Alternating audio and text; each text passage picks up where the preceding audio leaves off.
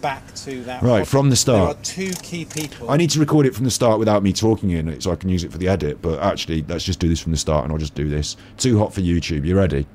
There are two key people to date that I have not spoken to, and these are the two men that took Jay back to that holiday rental in the He said hills. that we have not spoken to. There are two key people. No, it starts from right in here. There are two key people. This is not the full thing, so it's heavily edited. There are two key people to date that I have not. That I have not. Who's we? He changed it to I because he thought, shit, I can't talk for we. I better talk for I. So who's we? He's not working on his own then, is he? Like, I really honestly doubt that Mark Williams Thomas goes out there as a loner, as a lone wolf. He's probably got a little team of researchers, hasn't he? Little team of people, little team of researchers. He's talking for we. I don't know what the royal we means here, but it doesn't mean just him, does it?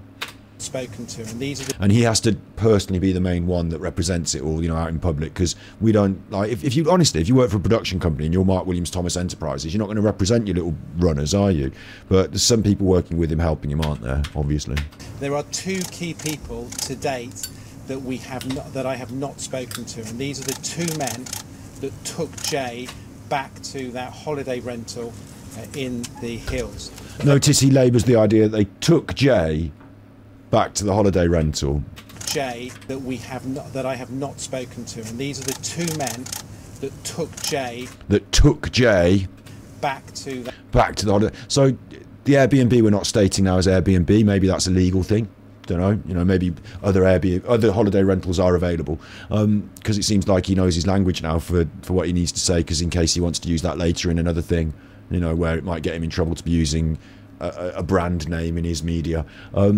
Like, you know, if you ever sold it to, I don't know, Netflix or something. But the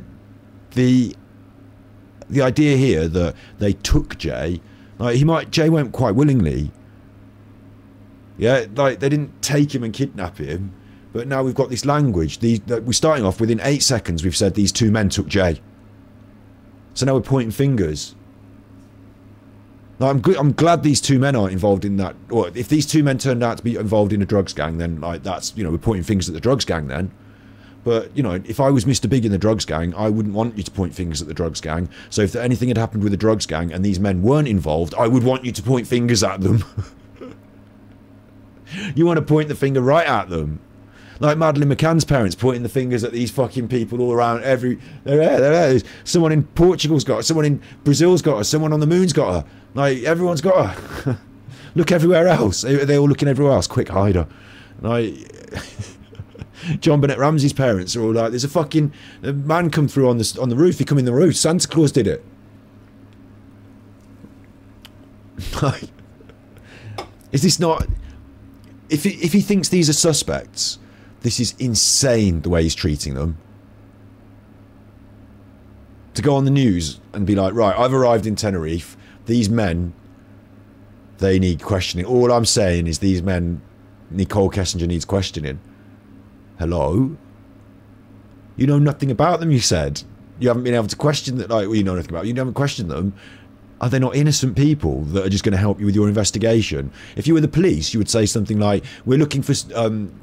we've got images of they know. The thing is, the police already know who they are, so they've already been investigated and ruled out. But, you know, if you didn't know who they were, you'd be saying something like helping with our inquiries, or we're looking for somebody, you know, seeing a witness. Like, you wouldn't say, you know, I'll expose you if you don't come forward. He's pointing the finger at them without pointing the finger. The men that took Jay, they haven't come forward. They're refusing. They're shadowy, mysterious men who refuse to come forward. The men who took Jay. So now, right, now social media are going to be like, and you watch them fall into line like dominoes behind this shit because they're thick. When I'm saying thick, I don't mean you watching this. I mean the fucking TikTok people. Like, if you're also a TikTok person, then sorry, but you know what I mean. Like, there's a load of people out there that, like, in the country, there's everyone who there is. In the middle is the average. You're above the average. You're watching me. You are above the average. But there's a load of people that are below the average. And that's half of the people. So I'm sorry if I sound really harsh, but, like, there's a lot of thick people out there, aren't there? And this here is, like, leading them like, pipey pipes. the men that took Jay, they haven't come forward, they're bad men. It's definitely them. It's definitely them. We need to get them. And while we're doing that, let's make sure we don't look anywhere else. Like, isn't Mark supposed to be finding out what happened to him? They haven't recovered his body. Why don't you go out there and fucking look for his body, Mark? Peter Folding would be better in this situation because he does body recovery. Get him out there with his fucking sonar, ground penetrating, dog search. He doesn't do dogs. Llama search. He doesn't use llamas to search. He searches for llamas. Get Peter Folding out there. Look, campaign to get Peter Folding to Tenerife with his llamas and his ex-coppers. Get Peter Folding out to Tenerife with his llamas and ex-coppers. We need to find Jay's body. No, I'm assuming that he's come to a cropper out in the wild just by accident. That's why I'm saying body. It's sad. But, like, you know, Mark Williams-Thomas is obviously assuming that he's not, because he has not really moaning about that. He's moaning about drug gangs or some shit, from what the news seemed to say. We get onto that when we watch the whole video. But, like, Mark Williams-Thomas, therefore, maybe assumes he's alive, because he's not in any sort of hurry to get out there and search the ground for him. And, like, if you're looking for a crime, and you want to solve a crime, and you think that Jay's missing, these men who last saw him when he left their property and have been investigated and have been given their statements and all that, yeah, like, they're not. You need to find him and his body. Like, unless you think they did it, maybe you need to talk to the police about what they've done. Liaise with the police. Like, you know, he's not going to be liaising. It doesn't seem like Mark Williams-Thomas is keen in engaging and liaising with the police, is he? Now, I don't think the police would give him a copy of their investigation, would they? Mark Williams-Thomas is going to be his own private police force out there on his own. Like, it's just fucking weird. Do we have private police doing the job of normal police privately? They're called security companies, aren't they? Like, to see if I can find a body in the river. Later on I'll do some TV interviews, pick up game and homes. Off I'll find my helicopter to see if I can body in the river. Later on I'll Do some TV interviews, aim and homes. If Only I wasn't such a creepy geezer, I would have been seen as a gent. But when I Open up my mouth, I leave them in no doubt. I know coppers, but the ones I know are. You see where she went. I know coppers. I know coppers. Digging up some deposition sites to see if I can find them like my llamas. Later on I'll Do some TV interviews, aim and homes. Do-dee-dee-doo, dee-doo-dee-doo. Do-dee-doo-dee-doo-dee-doo. Do-do-do-dee-dee-dee-doo. Do-dee-doo-doo-doo-dee-dee-doo. Big up aim and homes. digging up some deposition sites to see if I can find them like my llamas. Later on I'll do some TV. interviews. Big up aim and homes. Do-dee-dee-doo. Do-dee-dee-doo. Do-dee-dee-doo. Do. I thought we We discussed this on the banks. I was lying to your faces when I said I couldn't find her. You now have to believe me, 'cause I'm telling you I'm a liar. to believe me, 'cause I'm telling you I'm a liar. I thought that we Is it, I say it before, I've said it a load of times when we're looking at Alan, but with this, am I the one smoking the dope or what? Like they're all saying I'm crazy. Am I the one smoking the dope or what? Because this guy, right, went on the telly and said, "I will. If she's in that river, I will find her within a day." Well, how did he say? A week. Like, if she's in that river, I will find her. Then he come out and said she's definitely not in that river. And then he come out and said she's definitely in that river. And I lied to you. I had to lie to you because I'm such a good guy that I had to lie to you. And I only lied to you because I'm so good. And when I found out I was lying to you, I kept it from you until my reputation was absolutely shattered, and the only thing that I could think of to defend myself was this. And then I brought it out because I'm not a liar. But I am a liar because I'm proving that I'm a liar with my defence as to why I'm not a liar. Like, is anybody else thinking I'm not the one smoking? Like, maybe they're the ones smoking the fucking... Like, what's going on? They don't make any sense. Yeah, no, the dope doesn't affect me like that. No, it doesn't make me, like, you know... Don't worry about me in smoking it. And also, the amount I put into these little scriffins, don't worry about me in that. These people are far more off their head if they think we're going to suck this up. Like, I would think that it's not a good idea to give someone the contract to remove bodies from the river based on, like, you know, let's say you pay someone to remove bodies in the river, like Peter Folding, yeah? Search and rescue is done. Couldn't find them. Rescue is out, so it's time to get the body and the river people in, yeah? Find the body. Great. Thanks, Peter. Here's your monies. We'll keep you on contract because we need someone to fish bodies out the river because they've cut the police. We can't afford to do it ourselves anymore. Richie Sunak's cut us down to the bone. We can't afford to do it. So you do it. We'll pay you a contract. Like, okay, even though we can't afford to do it, we'll find the money to pay for him. Okay, but he gets rich. That's good for him. What happens when there's no bodies in the river? Let's say for like 2 years go by and everyone just stops going in the river. They don't fall in the river. They don't drown. No one puts them in the river. They stay away from the river. There's no bodies in the fucking river. And they look at this and they think, well, Peter Folding is a waste of money because we're paying him to fish bodies out of the river and he's not fishing any bodies out of the river. He's on contract.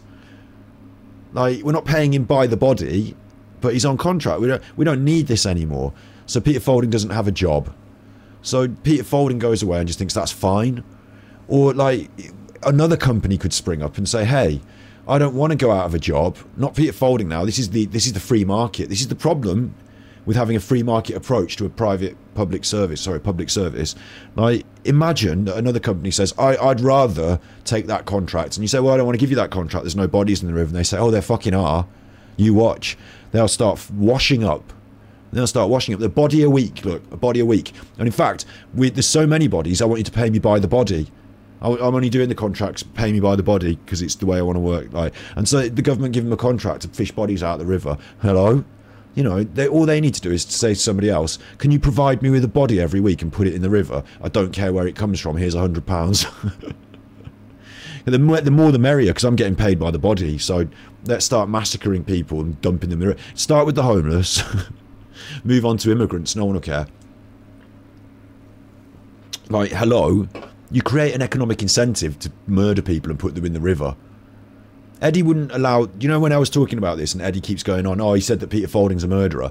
This is what I'm talking about. And they want to obviate the actual thing I'm saying. They want to deflect from it and strawman me. I never said Peter Folding's an actual murderer for this. And with Nicola Bulley, I didn't say he went and murdered Nicola Bulley. I said he's most... Out of all the people on the scene, he's the one with the most experience in these matters. You know, I've talked about it. I haven't said that I think he's definitely murdered anyone. I don't think he actually went out to the war, did he? And actually shot his gun in anger in the war. You know, but he's done his training, look. And he's got a financial incentive for there to be dead people in the river. Like, that's definitely true. We shouldn't be accepting this as a way that we're living. It's a fucking joke. And he shouldn't be anywhere near the family of a victim or potential victim or a missing or whatever. Like, he's got no business doing this. He's not trained in grief counselling or like support or any of this. He's got his own agendas, and at best, they're greed. Like, and that the sort of greed that, like, I'm saying, like, at worst, the sort of greed that could go into very dark and horrible places when you set up these mechanisms, or allow people who profit from these mechanisms into the fray. Discuss this, where's my thanks? Now my reputation isn't in tatters. I'll prove I found her. Later, now it matters, life would matter. Nicola Bulley's good name, what's important to her and her family, you know, all that. After the inquest, when it was done and she is buried, they want to dig her up again. I'll say it again.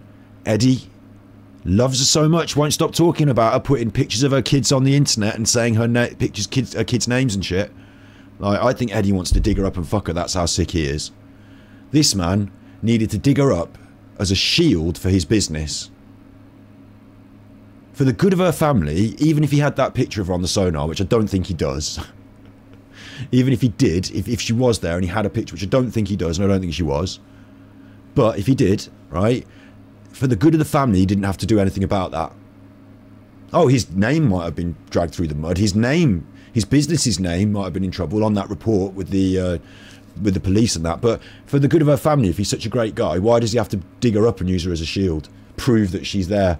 She was definitely there, proved it. Well, you didn't prove it at the right time, did you? You didn't prove it during the police investigation. So now it's not. And you didn't. And afterwards when you said, oh, I've proved it now, they had a look at it and they said, we don't think this is proof. Sounds like you're just trying to pull a fast one on us, Peter. So why would you continue beating that drum? Like, her parents, her family, her children, they buried her, they had the inquest, and then later on, months later, you brought it all up again and saying you've got pictures of her and you're going to show everyone. What are you on about? What are you on? What are you on? You know. I mean, come on though. Like, to save his own interest, he was prepared to dig her up again. Fucking hell. Sack the police and pay me to find bodies in the water. I'll be the guy who takes cash for bodies in the water. I'll make a splash with sonar, finding bodies in the water. As long as there are bodies in the water, I'll be rich.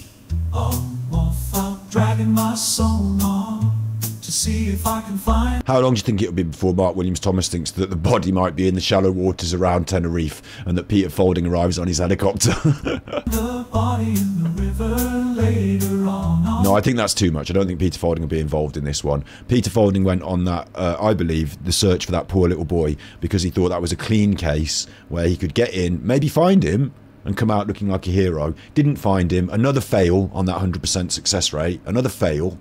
So just went quiet, but wants to sort of, like with Peter Folding, he's going to just say things in public, like do little media pieces, little tweets that make him look good, and silence on anything that makes him look bad. Like, let's just move on and forget, hey? And then maybe do another, like, maybe one day find a body and go back to being a hero. But ultimately, I think he's got things behind the scenes that he needs to work on for his own financial interests, because he's got a problem, because he's not going to be working with the police on that contract finding bodies anymore, is he? So maybe he's a bit more busy, distracted, trying to find the money to make sure he pays all his mortgage on all his properties and all that equipment and whatever else it is. But, yeah, I don't think he'll be drafted in to turn up in Tenerife. Do some TV interviews, big up and homes. Do. I'm off out digging up some deposition sites to see if I can find them like my llamas. Later on I'll do some TV interviews, dig up and homes. Oosh. How long before Mark Williams-Thomas turns up on Luke's channel?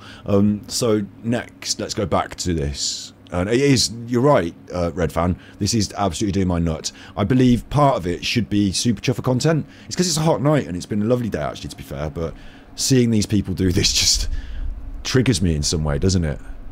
And I don't have to be that triggered, I can just calm the fuck down. So it's like, ultimately it is going to be what it's going to be. It seems quite soon. I mean, it's over a year since Nicola Bully, so it's not, you know, this is the one for this summer now, isn't it?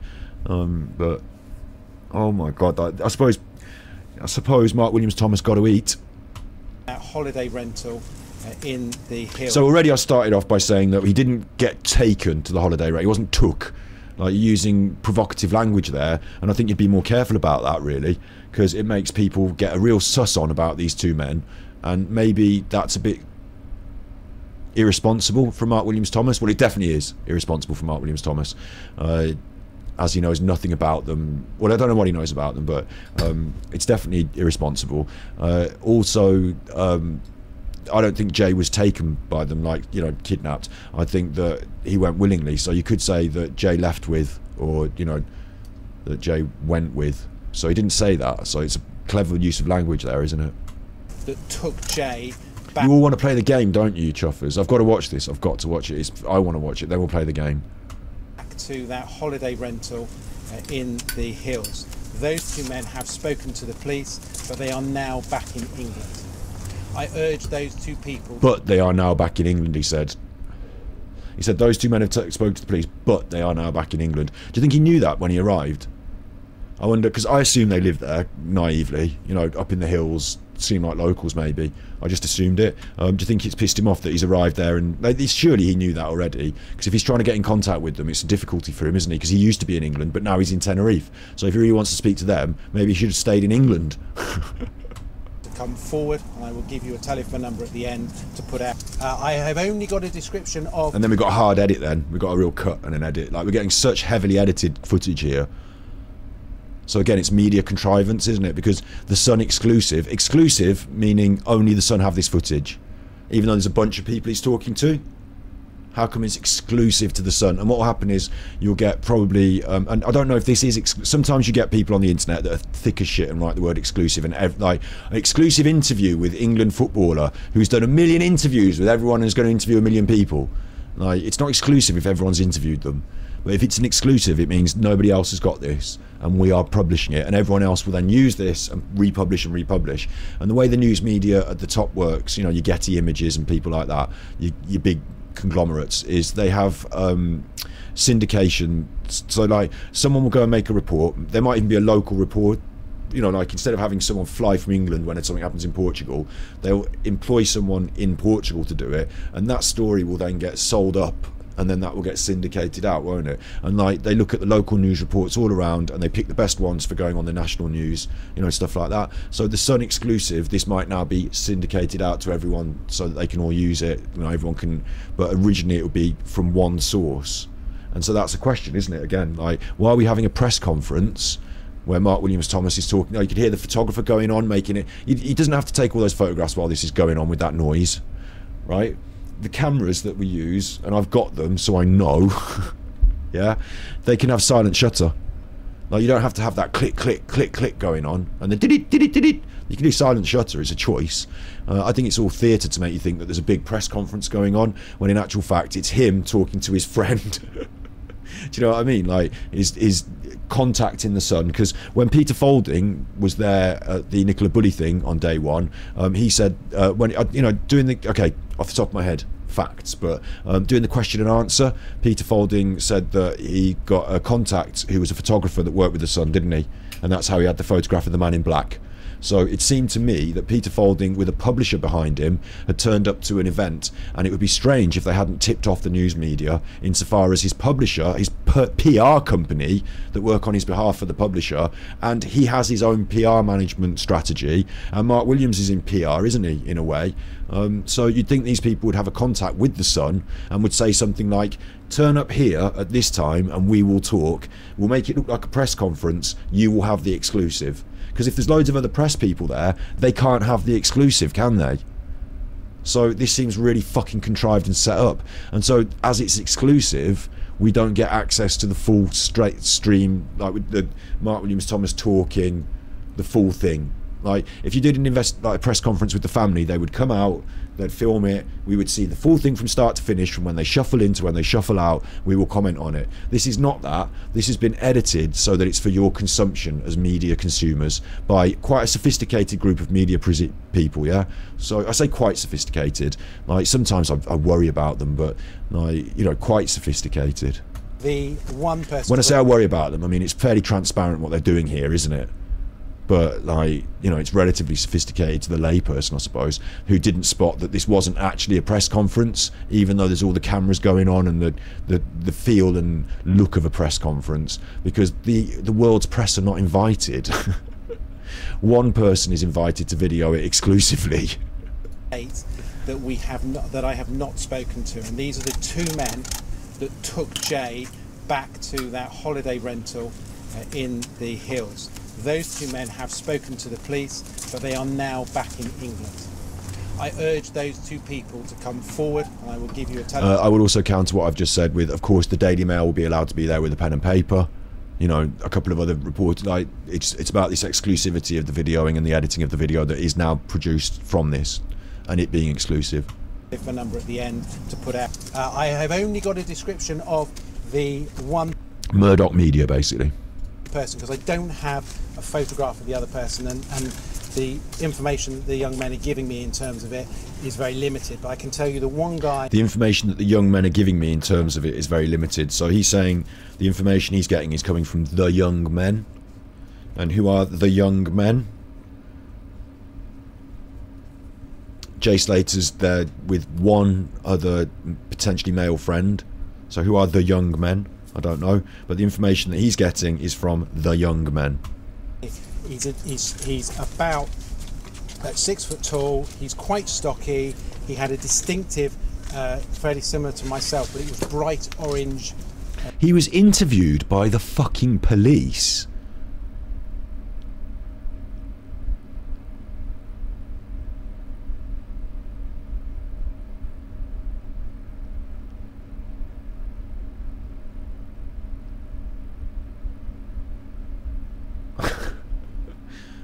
Like, you're putting out a description of him like you're trying to trace him.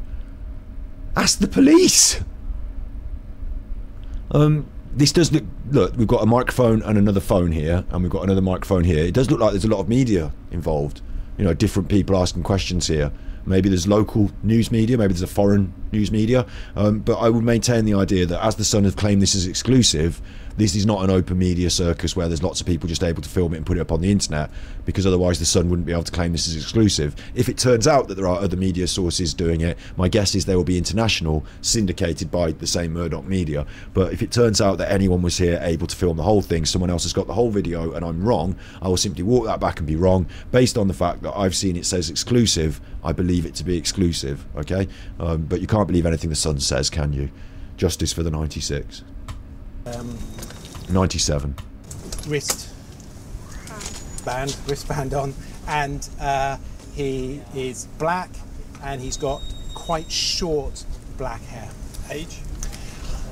Very difficult to tell, but I think he's... So now we're specifying his ethnicity as being black as well. So we're giving a full description of him, and you know, the first thing we didn't say was he's black. Which, when you give an actual description of someone that you're looking for, Mark, although it might sound a little bit racist, it's not to start with black. Because the stocky and the tattoo and oh, I don't see colour. Oh yeah, sorry, I forgot to mention he's black. Like, hello? You know, you're giving a description of the man. It's okay to tell us that he's black. I know that you're not racist, but like, this is all starting, like, basically this man is not just our man in black, he is a black man in black, and he is the boogeyman now. And unless he comes forward and clears his name in the court of public opinion, and to a certain extent within that court, he like will always be guilty. Fucking hell, Mark, this is very unprofessional. Probably around 30 to 40. He's not a mystery man. The police have spoken to him. So I've been here and worked with the family. I spent yesterday with them and the night before. They are a very, very united family. They are. He spent yesterday with them and the night before. Since he got there, all he's done is stick with the family. Then, yeah. Like, this isn't a man who's like. I wonder to myself if he knew about this. Like, you know, people are saying the GoFundMe, whether it's gone to or whatever. Like, the money, I don't know, but behind the scenes, you've flown out there with no guarantee you're going to talk to the family, and you spent 2 solid days with them. That seems a bit weird. So I think he's been in touch with them beforehand, before he flew out there, hasn't he? Because otherwise, like, you know, and also it's like maybe he's just maybe he's doing this to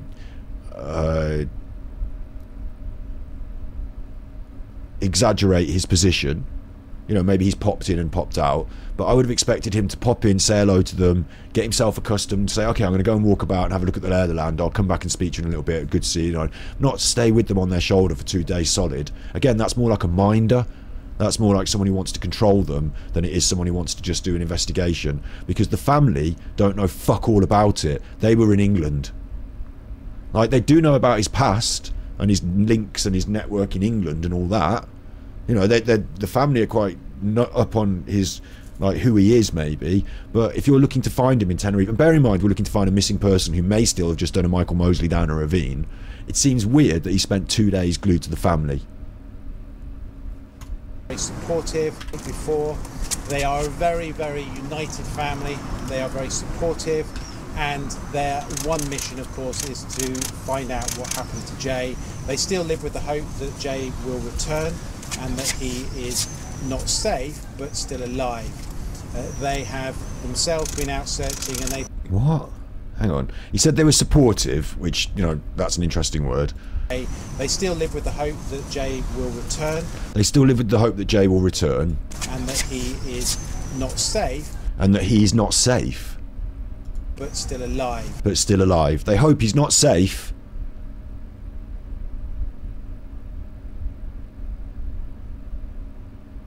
Like, asking about the GoFundMe, yeah, like, I'm saying there's a sort of social media murmur about what's going on with that, but my gut feeling is he won't need direct payment from them. Although he might arrange, he might want it, but he might not need it. He might say to them, look, I don't want anything from you. However, if you want me to help, I have to get this, this and this. And what he wants is access. He wants them to sign the forms, the NDAs. He wants them to not talk to anyone else, so that later on he controls this and can sell. Like when it comes to the rights to the story, selling it to Netflix, doing the interviews, doing the Channel 5 show, it's going to be him, ching, ching, ching, isn't it? So that's a financial interest. There's also the questionable conspiratorial avenue, which is that he wants to control the family to stop them talking about the truth of the case, which that's what I expect the conspiracy theory people to say. But I myself, don't believe in conspiracies.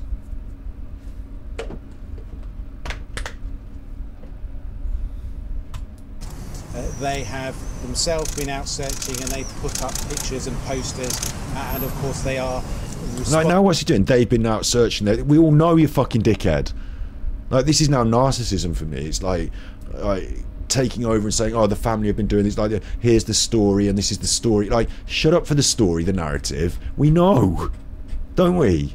Like, treating us like idiots. You're there a week later and all of a sudden you're the expert because you spent 2 days sat with the family, who they themselves were at home in England when this was happening. To as many inquiries as they possibly can. The position for myself is that I've come over here to investigate. They have sat with me and they have provided me with an in-depth insight into what has happened in the hours leading up to Jay's disappearance. So again, he's talking about the family. They've sat with him and provided him with an in-depth insight into the minutes leading up to his disappearance, which is weird because they weren't there. Like,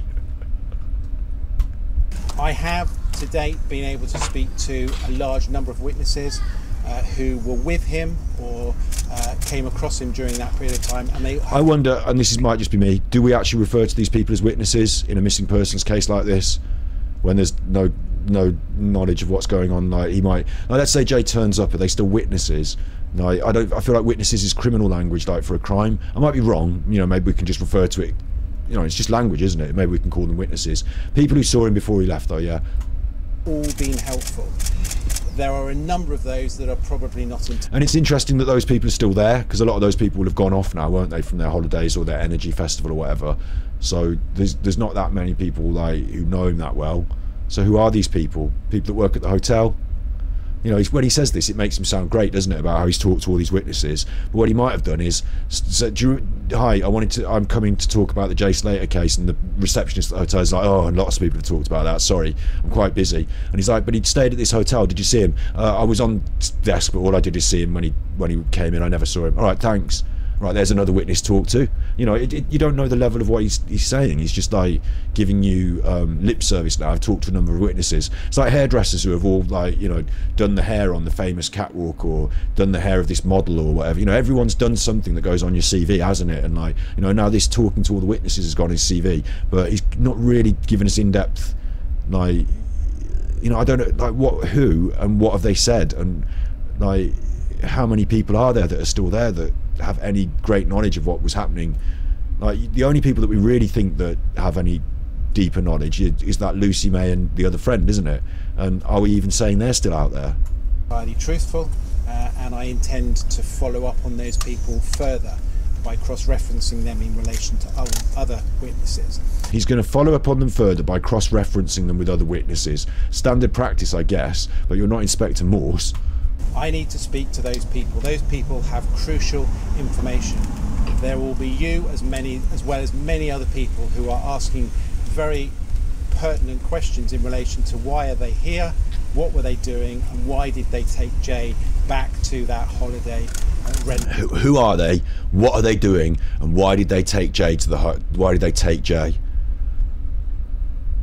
They're innocent people who have been ruled out by the police, right? And are innocent until proven guilty here, yeah?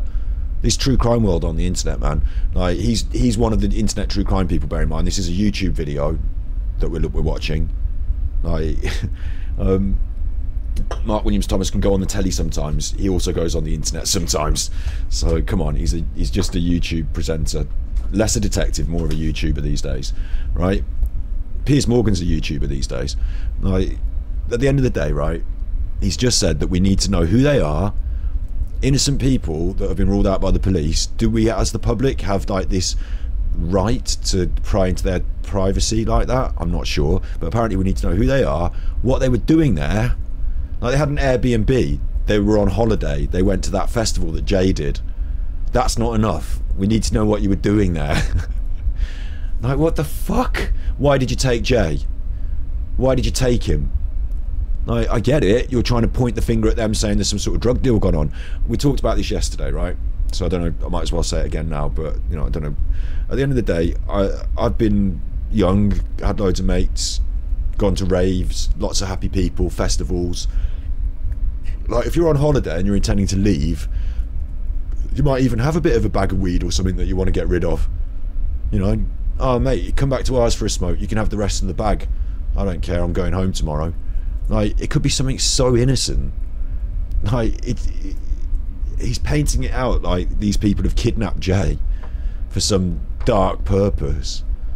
And the last known location of Jay was like, number one, okay, number of problems here that we've got with them being these evil mastermind killer people is, one, they did it in broad daylight, well, you know, late at night, 3 in the morning, but everyone knows that Jay got in the car with them and left with them because there were witnesses to that event, yeah, because they weren't like kidnapping him and stealing him. He went willingly, and they didn't make it like a hidden event. Like, number two, he was able to use his phone whilst on their property.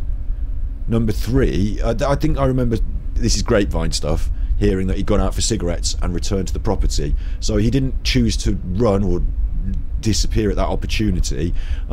And his actual own testimony, if Lucy May is to be believed, of having left and walked across country. So they're all things that go against these people being evil people. If we're going to say that these people are potentially villains, then we should also take into account that Lucy May is potentially lying then, yeah? And we have to absolutely check that aspect of it out, and that's a very crucial aspect. But what Mark Williams Thomas is doing is throwing that up as like a conspiracy now.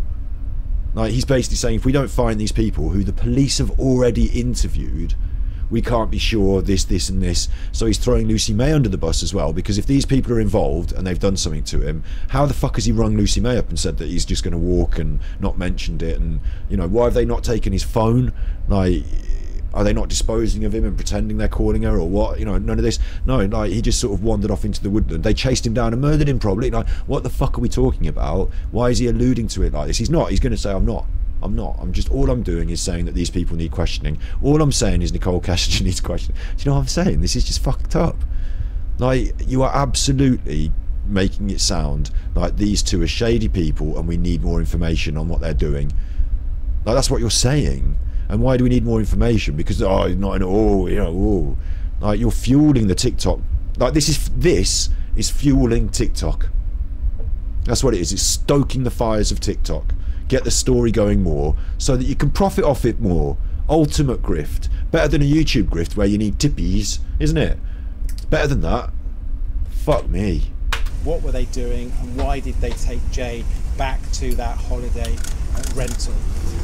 I know the name of one of those individuals is Nick. People who are asking other came across him during that period of time, and they have all been helpful. There are a number of those that are probably not entirely truthful, and I intend to follow up on those people further.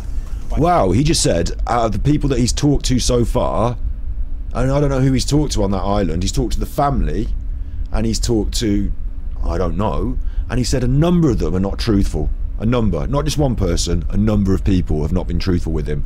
I don't know why some fucking randomer from a drug festival, like, God, I'm using the language now, like, people just go to festivals and get wasted. If you drink alcohol, you're a drug user. Okay, if you drink coffee, you're a drug user. So get used to it. People use drugs. If you take paracetamol, you've had a drug.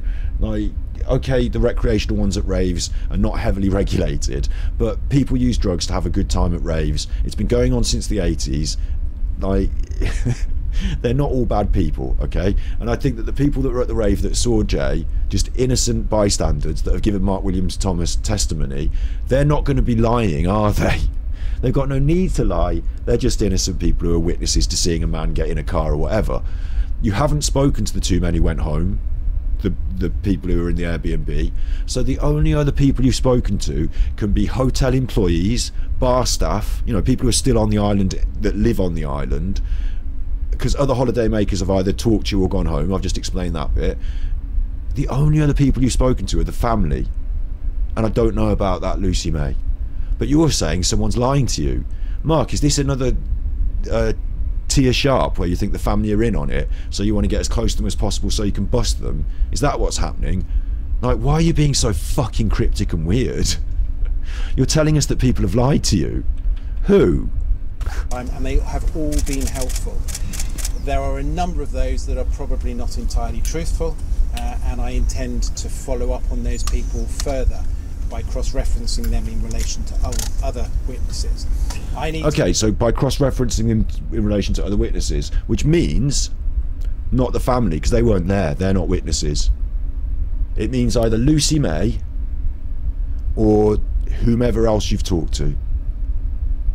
So reading between the lines, Mark Williams Thomas, as I said before, if these men have taken Jay, we've got a problem with the Lucy May phone call, which doesn't seem to tie up with the idea that he was in trouble in that house. Because he left the house of his own volition, he was happy, he was walking, he was smoking. He was not happy, but, you know, he wasn't complaining that he'd been mugged or anything like that. So, like, if, you know, why has he left the house? Had they thrown his phone in the ravine? Why can't we find him? All that. Like, the Lucy May phone call's a problem. Is Mark Williams Thomas here basically saying, I mean, he hasn't said he's talked to Lucy May, but if she's the only person that could potentially be a liar here, then, yeah? Because or maybe the hotel staff are lying to him about when they saw Jay last. I mean, what the fuck is going on? Further by cross-referencing them in relation to other witnesses. I need to speak to those people. I'll tell you something as well. That's fucking riling up TikTok and playing to the choir, isn't it? Isn't that just playing to the choir? Like, they already hate Lucy May. They already think she's like a drug mule because she's been on loads of holidays. So now throw a little bit of cryptic shade in her direction. They'll lap that up if they're smart enough to pick it out, which the majority of them will not be. Crucial information. There will be you as well as many other people who are asking very pertinent questions in relation to why are they here, what were they doing, and why did they take Jay back to that holiday rental. I know the name of one of those individuals, his nickname. I do not know the name of the other person, but I do have a photograph of that one person. I do not intend to release that photograph yet, but if they do not come yet, oh my god, I know your name and I've got your photograph, but if you don't come and talk to me, I'm going to publish them. It was rumoured during the Nicola Bulley case that Mark Williams Thomas threatened to release Nicola Bulley's details about her, well, the things they said about her being a vulnerable person and the alcoholism, that it was him that found out that from the family or whatever, and this is a rumour, and that he was going to speak it, and if he didn't, and so the police had to come out and say it, and the police got thrown under the bus because, they said this thing about Nicola, but it was him that was the catalyst for it. That was the rumour, and it feels very much like echoes of that, doesn't it? Forward. This is not right. You shouldn't do this. If you were a police person and you're looking for a witness that you may consider a suspect, because he can consider what he wants, he's allowed to think what he wants, yeah? But if you were a police and you were looking for a suspect that was currently an innocent witness, like, how are you saying this in public? It's just fucking, it's not even, it doesn't even feel like a veiled threat, or like, is blackmail the right word? Like, what are we doing? Why did they take Jay back to that holiday rental? And do you know what? People are going to spin this like he's a great man. Like, Peter, do you remember when they sucked Peter Folding, the campaign that sucked Peter Folding? What a great man. He's standing up against this big black bully who stole the Jay away. So, or whatever. Do you know what I mean? Like, they're going to start, like, aren't they going to, like, stand up, like, and say that, Do you know what I mean? Do you think people are going to say this is good to be doing this? To be threatening this person? Because if this person that's been on holiday in Spain and met Jay, they could easily be a murderer. So we're threatening the murderer, essentially. So this is the good guy who's threatening the murderer. Not a bad man threatening an innocent person, but a good guy threatening a murderer. So, like, he has this chance of being able to gather support for his tough, no-nonsense attitude towards this, because the people that are going to lap this up are going to be foolish enough. Like, this is talking about human rights. Yeah, you have a right to be considered a private, innocent person if you've not committed a crime. And if Mark Thomas wants to threaten to publicise your details on the internet, your name and your photograph, as part of a murder investigation, well, it's not murder, is it? It's a missing person, but you know what I mean, it's part of an investigation on his TikTok, yeah, then Mark William Thomas can do that. But, like, that's totally fucking fucked, and it's like off, isn't it? So that's your human rights, to have privacy and to have, like, you know, to not be exposed like that. Mark Williams Thomas, if you get on the side of Mark Williams Thomas and just say yeah, then you're a pitchfork wielding mob who wants to just enact mob justice on innocent people who might, like, this is how people end up getting hung up and strung for, you know what I mean? And, like, you know, we're not a third world backward country, we're not Sharia law. You can get rid of your Sharia law around it. Do you know what I mean, though? Like, this is like that sort of thing, dragging people out and stoning them. Like, you can't publicly threaten them that you will expose their face and their name if they don't come forward and talk to you, a private citizen, about their fucking holidays. Like, you can't do that. I mean, you can do it, you've just done it, but, like, is it a form of doxing? Well, not yet it isn't. Not yet it isn't. Threatening it, I don't know, like, doing it might be.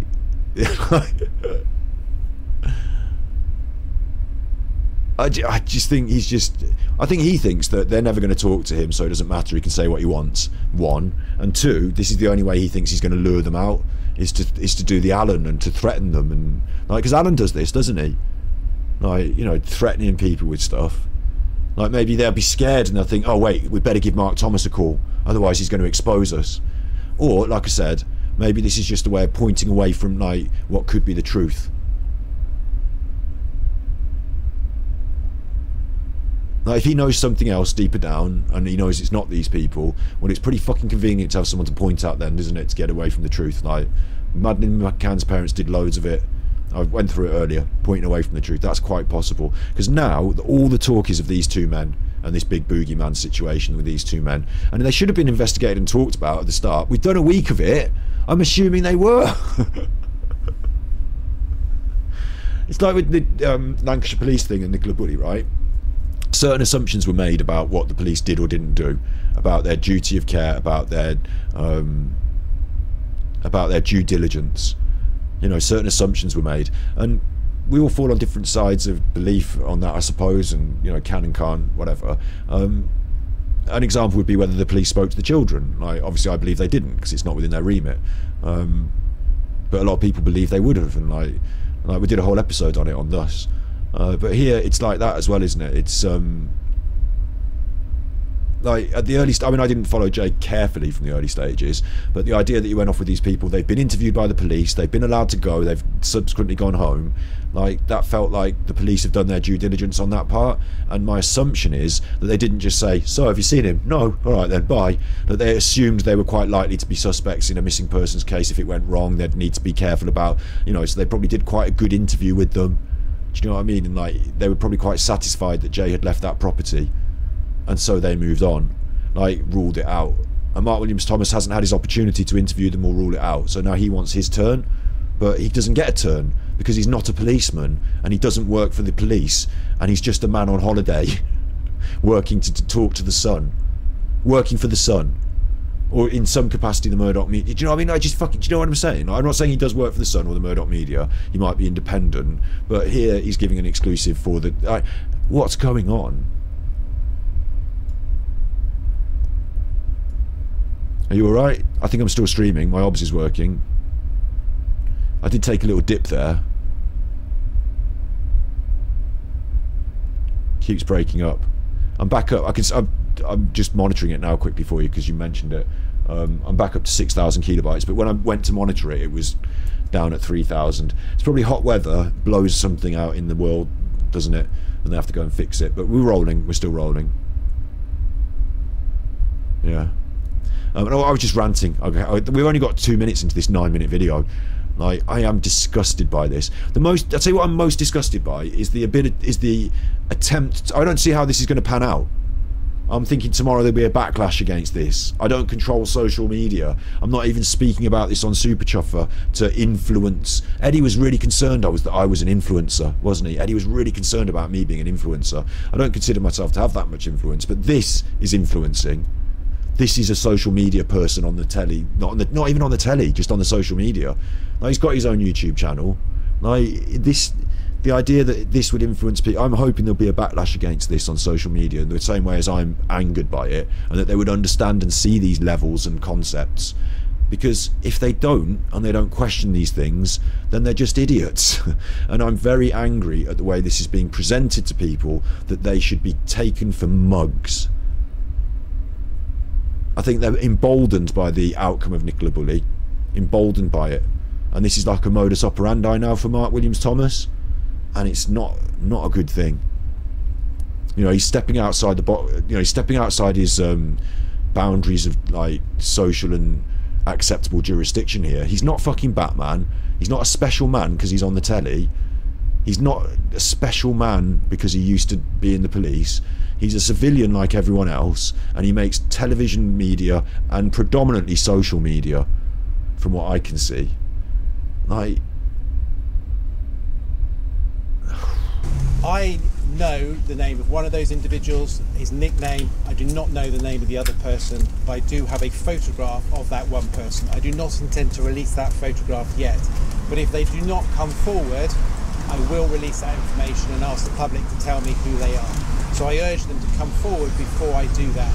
And the only reason I'm doing that is I believe they have crucial information that may enable us to find out what has happened to Joe. There are two scenarios as far as I'm concerned that's happened to him. He has either come to harm by his own accident up in the hills somewhere, but not directly by the rental some distance away, or there is a third party involvement. I cannot rule that out at the moment, and there is certainly an aspect that can... Now, when you say a third party involvement, do you mean someone's given him a lift, or do you mean someone's murdered him? There are only two scenarios now, as far as Mark's concerned. That he's wandered off into the hills. We all, like, that's obvious, you know, scenario 1, 90%.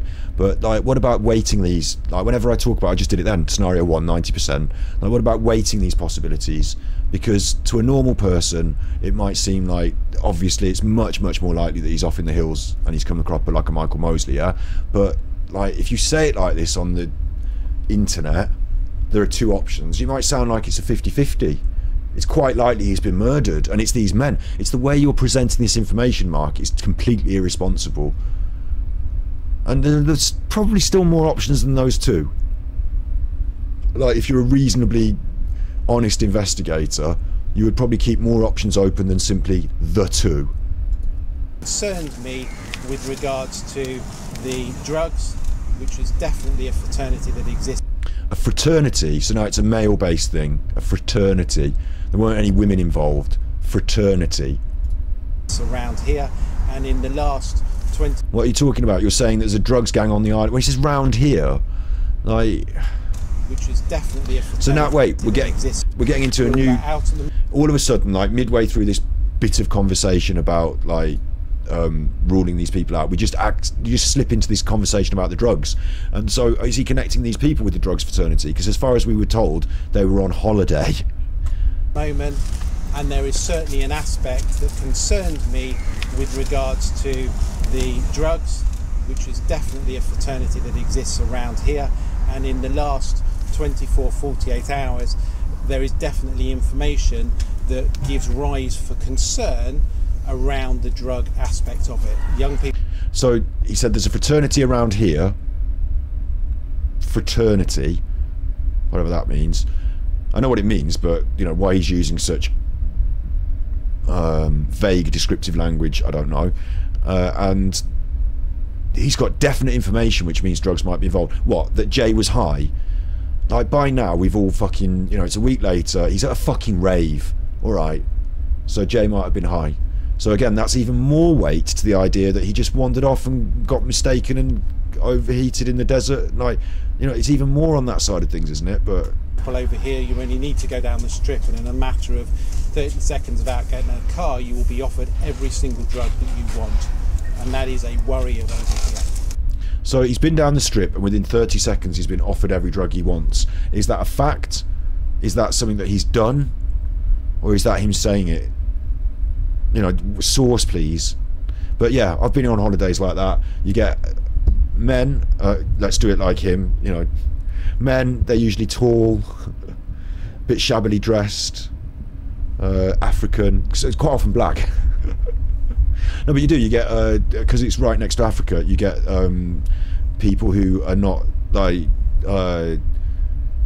quite often it's African males that sell drugs on random corners. Like, I've been out to places like, you know, what do you call it, Magaluf and places. Like, you do see that, don't you?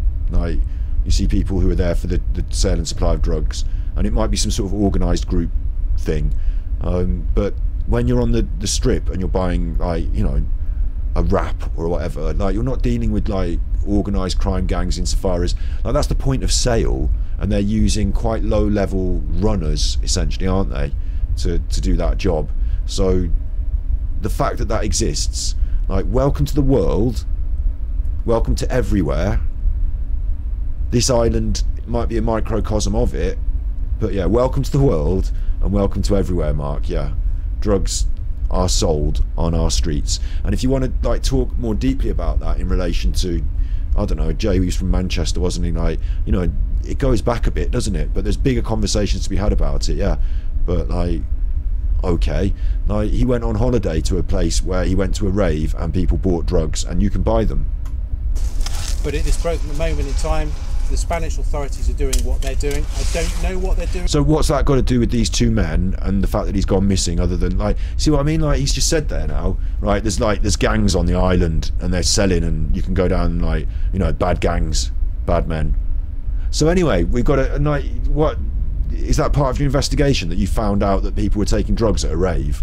Like, what it's illusion, isn't it? It's leaving, what it's doing is it's giving you two pieces of information and leaving you to put them together and make the third thing. And that's what TikTok will do. It's fueling TikTok again. The Spanish authorities have obviously rejected the help from the Lancashire police. Lancashire police have been very supportive of the family, have provided a direct contact, and Lancashire police have said that at any stage the Spanish authorities want their help, they will be here and they will help, and they certainly have the experience to be able to do that. But the Spanish police at this present moment in time have said, we do not want your help at all. And of course, as a direct result of that, they would see me as an extension of that. They're not happy that I'm here. The Spanish police, sorry, I got distracted for a minute. The Spanish police are not happy that he's here, but he won't say it directly. He's not directly saying the Spanish police are not happy that I'm here. He's saying as an extension of the fact that and they will help, and they certainly, the family have provided a Lancashire police. This is all fucked. This is all weird. The Spanish authorities are doing what they're doing. The Spanish authorities are doing what they're doing, insofar as they're not telling you you're not part of it. Know what they're doing. You don't know what they're doing. The Spanish authorities have obviously rejected the help from the Lancashire police. They've rejected help from the Lancashire police because we're not in Europe anymore. We're a fucking island on our own. This has happened in their country. It's a missing person. For an outside police force from the UK to come into their jurisdiction will cause a lot of problems. So they can't, like, it's not, well, we don't want you to help, we're just not bothered. It's like the protocol, the law. Like it would be easier if we were in the EU, I'm sure, to liaise with an international police force like that. But like, you can't just be like, right, I'm Lancashire police, I feel like going to Spain for a jolly. While we're there, we'll solve some crimes. Move over, Pedro, It's time for me to do the policing. Like, the Spanish police can't allow a foreign police force to simply join in at random. Like, I don't think it's necessary, if there's no crime, to engage the Lancashire police as part of the search force. And the Lancashire police as well, this is going to do my nut. The Lancashire police didn't have the resources to fucking search for Nicola Bulley properly, so how are they going to go to Tenerife on a jolly? Like, this is stupid. Of course the Spanish police didn't want Lancashire police to do anything. They just politely could, like, thanks, I don't know how it's going to help. Like, it seems like weird that you've offered to come and do anything. What are you even suggesting? Talk to us behind the scenes. Don't make it public, please. Again, you're causing problems. A bit like Peter Folding did when he spoke out in the thing. Anyway, look. Lancashire police have been very supportive of the family, have provided... Lancashire police have been very supportive of the family, which is weird, because the family are out in Tenerife looking for someone that's missing, right? And the Lancashire police are in Lancashire doing the policing in Lancashire. So I guess you might, like, I don't know how it works. If my loved one was missing abroad, I suppose I would contact the British police. Maybe I'd actually, no, I don't know. I'd contact the British consulate, wouldn't I? Wouldn't I go out there and contact the consulate? Anyway, maybe you contact the police, and then maybe they would be supportive. Or maybe they'd tell you they don't have time to be supportive because you've got a loved one missing in a foreign country. Like, in a polite way. A direct contact, and Lancashire police have been very supportive of the family, have provided a direct contact. And provided direct contact. Here is the phone number for our officer. If you have any other problems, please report them. Here is an email address. He's embellishing that. He's bigging it up. Surely. Allow the Lancashire police to speak for themselves, please. Lancashire police. I'm sure the Lancashire police don't think you're the best fucking person in the world after the Nicola Bulley case, do they? Have said that at any stage the Spanish authorities want their help, they will be here and they will help. And they... At any time the Spanish authorities want their help, they will be here. Sounds like they're there already. Maybe they've already got a base set up there. They will be here and they will help. If the Spanish... It's easy to say that because obviously the Spanish police don't want them there. So, like, if someone's told you they don't want you there, then you can say you're going to fucking send them a solid gold hat if they ask for it. They're not going to ask for it. They've already said. So, pile up the list of things that you would do. Certainly have the experience to be able to do that, but the Spanish police at this present moment in time have said we do not want your help at all. And of course, as a direct result of that, they would see me as an extension of that. Why would they see you as an extension of the Lancashire police? You do not work for the Lancashire police. You've not gone out there on the Lancashire police's behalf. You've not spoken to them in conjunction with the Lancashire police. You're not an official Lancashire police. Why on earth would they see you as an extension of that? Now you're putting words in their mouth. Have you even contacted them for comment? Why don't you just read out what they said to you as comment? They're not happy that I'm here. I would say put pride to one side. This is about finding Jay. We need to get off your fucking... This is what everyone said about Peter Folding and the, you know, put these things aside. The most important thing is find, you know, put it as... So you're leveraging the missing person so that your political aspects can be, you know, yeah, put that aside, put your pride. It's not that they're too proud. They're not up their own arse over there. Oh, mi español polizo, mi no wanto, no Englisho pigo. Too proud. Migos sleepo, tapas, and then it's time for, like, I'm not going to do any more of this. It's just stereotypical nonsense. Maybe verging on racism. It's not racism. Listen, I'm joking. I'm joking. All right. Listen, the thing is, right, and I'm not doing racist jokes. I'm not.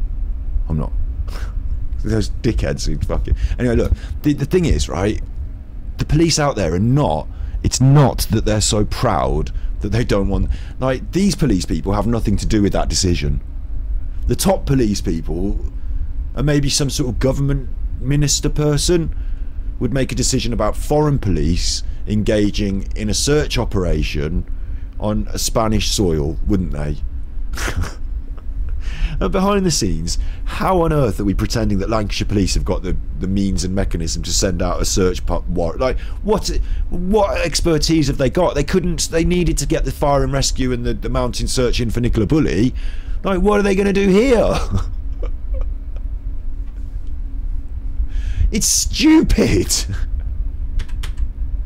It's contriving things so that the audience and the TikTokers go, oh, that bad Spanish police don't want anyone to help, and oh, that I suppose good Lancashire police now wanted to help and they wouldn't let them. And like, it's just contriving. Like, a statement of fact, the Lancashire police have offered to search for Jay in accordance with our support of the search effort. We would like to offer our support and anything we can do to help. Thank you very much, Lancashire police, because the family have been on at us, and all this. Like, we've done it's in the news, we've done a statement. And then the Spanish police have said something along the lines of, thank you very much for your offer of help, Lancashire police. We are prepared to continue this investigation on our own, and should we need your help, we will call you. Thank you.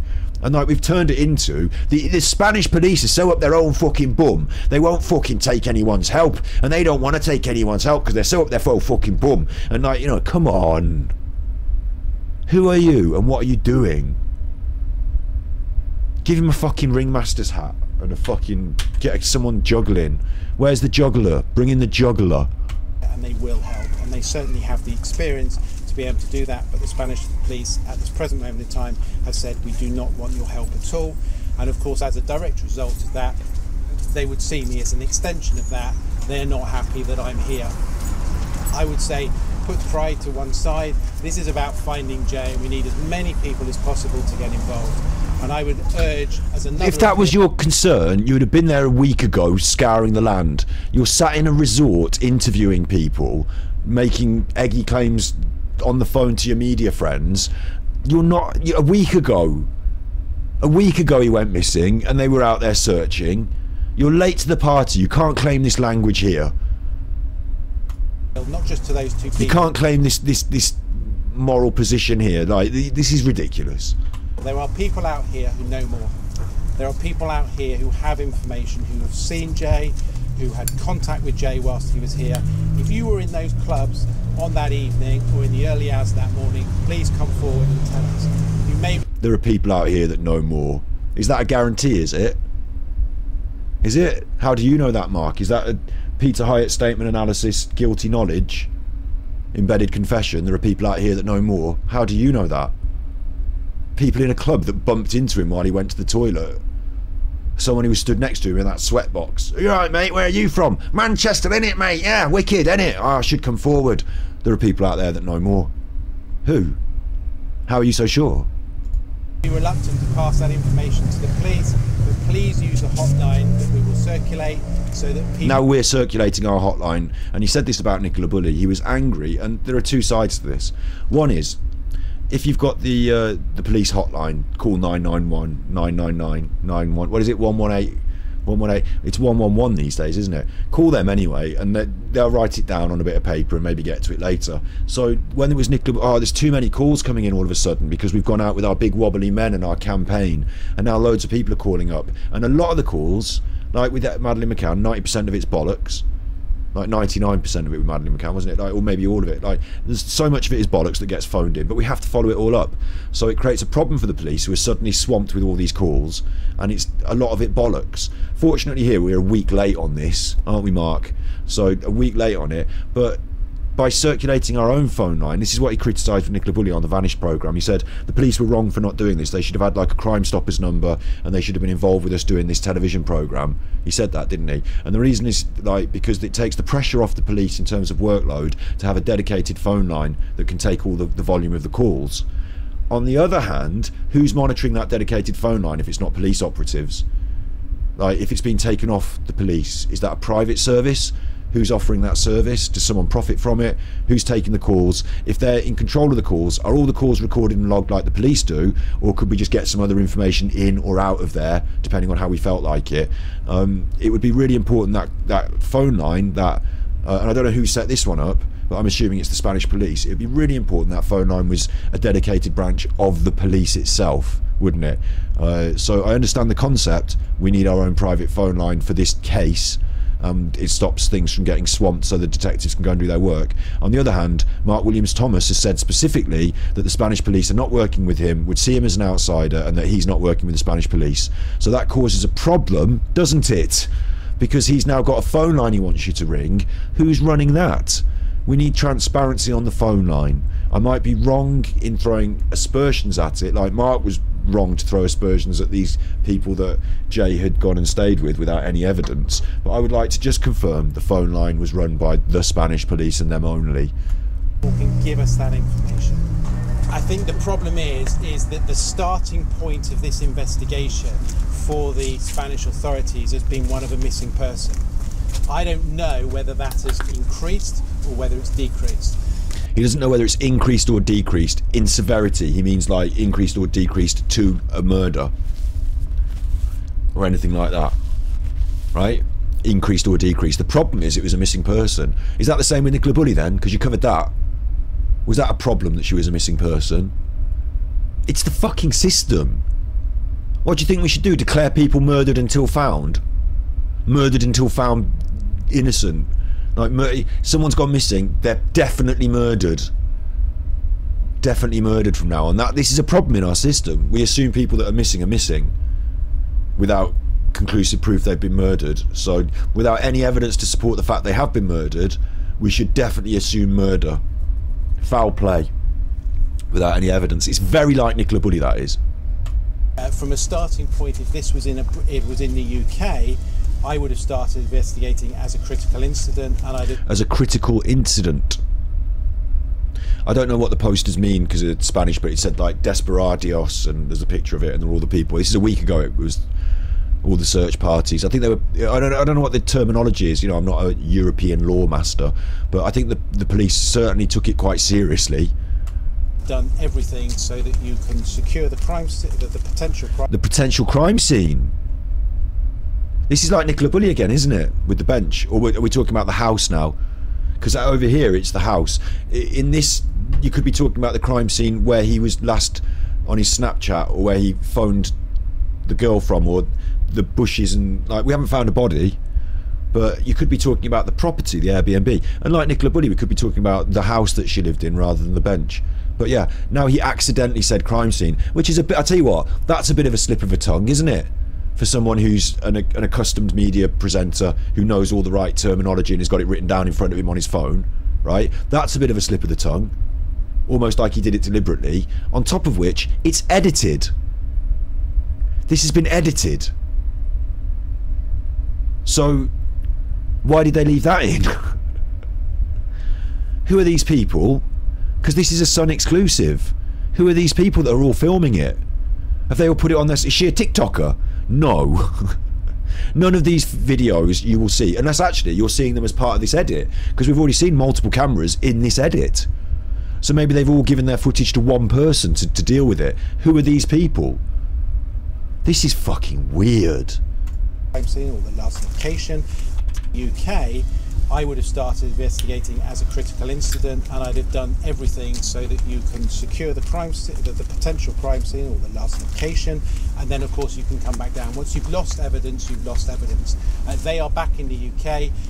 They may, out of freedom, come back if the Spanish authorities... They are back in the UK, so no, maybe it's the edit. The way he's talking doesn't seem to make any sense because he hasn't referenced who he's talking about, but we all know he's talking about this man who is black and stocky and hasn't come forward, except when he came forward to the police in Spain, but he hasn't come forward to the general public or Mark Williams Thomas.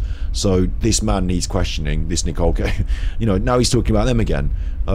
So now he's just linked the idea of a crime scene with these two men and their property. So it could be a potential crime scene, like with Madeleine McCann, you know, like they did get those forensics in with Madeleine McCann, but with other cases they don't always. But so now it's a crime scene, and these men are therefore potential criminals, isn't it? Have you just come out and said they're suspects, but they're not suspects? Like, what are you talking about? You think they should have been made suspects based on you haven't spoken to them? Like, this is so fucking fucked from what Mark's doing. He's asked them, but at this present moment in time I haven't had the opportunity to talk to them. I can talk about, you know, other witnesses who are instrumental, and there's lots of names being mentioned. Those people are cooperating fully and have said that at any stage, if the authorities want them to come back to Spain, they will do. There were lots of other names mentioned, and those people are cooperating fully and will come back to Spain. So who are we talking about here? More people in the UK again? more people in the UK again. The only other people's names have been mentioned is Lucy May. So apparently now she's not a liar, because earlier she was the only person in the chain that I could assume could be a liar other than hotel workers, the way he was talking. That was my assumption. Now I'm to assume, from what he's saying, that Lucy May, who is back in England, is she? I don't know. But like, fuck, the only other people, like, why aren't you back in England interviewing the important people, Mark? What good is it you being in Tenerife if you're not going to search the ground, if you're not going to search the land? Like, you've talked to a few people now, you've been there for 2 days, you've spoken to the family. What good are you serving by continuing to be out there on the family, with the family? What good are you serving? The important people, they'll come back to Spain for you. Not for this, well, for the Spanish police as well, I suppose. Why don't you go and talk to them in England? Like, he has either come to harm himself as a result of moving away from the area, so it's either, I do not believe that he is in that close proximity to the rental. It's a very easy area to search. So now, all the shade you threw about how this could be a murder scene, about how he could be, there's two options, he could be in the chalet area or elsewhere. Now we are going to give it the weight and the balance, but a bit late, but we are going to do that, and he's going to say, I don't believe he is there. So, like most people, 99% sure he's gone a cropper going for a walkies, yeah? Well then, why are you doing this press conference and interviewing all the family, and how desperate is it to interview these men? Why aren't you, like, if that's such a small possibility, why aren't you out there doing a Peter Folding, finding that body? If he has come to any harm, it's either the other side of the lookout point, or it's a bit further down towards the town. It's one of those areas here, and obviously the longer it goes on, then you should have been there a week ago when they were searching those places. You could have helped them. More days that pass, and the longer it goes on. I mean, I don't think there are people out there in such large groups searching those areas, are there now? Although they put dogs in recently, didn't they? So, like, it seems like you're not with your finger on the pulse here. Like, you're pretty sure about the geography and where he is. Why are you going to look for him? You might want to take a hat and a bottle of water and watch out for the cacti. They can be pretty prickly and you might get stuck on one. Because the police are searching very, very well. They've got mountain rescue, there's lots of people up there. Oh, there are lots of people up there. He will be found. If he's not found, then of course it brings that that other element. Third element? You said there were only two elements. Which is the third party. Third party. So you want to allude to the idea that he's been murdered again? I have received information. There is no doubt an underworld here. There is an undercurrent. So what happened with Nicola Bulley? Because, like, there's no doubt that there's an underworld in everywhere. Nicola Bulley, on the telly you said there's no third party involvement. That's fucking certain. Same situation, basically. Missing person, no evidence, nobody knows. Definitely no third parties. Here, fucking third party. If you don't find that body, it's third party all the way, mate. Third party out of the, you know, you thought the NRG party was a big rave party. You wait till you hear about this third party. It's going to be massive, mate, massive. Like, double standards. Here, there is a big drugs fraternity. I can't tell you at the moment whether that has an impact. I've only been here for less than 48 hours. But what I can tell you is the information I currently have, and the family have shared everything with me. And the family have shared everything with me. What the family know about the information about the drugs part, like... his mom, who is the family? His mom, his dad, his brother, none of them were out on the holiday, right? Yeah, his mom set him off and said, you know, be good. How do they know about the drugs gangs operating in Tenerife? I've got lots of messages, lots of WhatsApp chats. Oh, they've got lots of messages and WhatsApp chats. Sorry. I can't believe this is going to be now said. I can't believe he's going to say this. I can't believe this. Tell you at the moment whether that has an impact. I've only been here for less than 48 hours, but what I can tell you is the information I currently have, and the family have shared everything with me, and I've got lots of messages, lots of WhatsApp chats and everything. That is a line of inquiry. I've got lots of WhatsApp chats.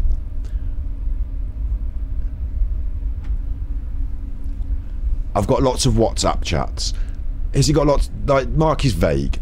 So, you know, there's only two possibilities here. Listen, there are some possibilities here. You could have lots of WhatsApp chats with the family that he's referring to. You know, just innocently. I've got lots of WhatsApp chats that I've been talking to people. Or they could have shown him screenshots of WhatsApp chats with other people. For example, Jay. And those WhatsApp chats could have alluded to the drugs gangs, because that's the context of what he's saying. There's definitely drugs gangs on this island.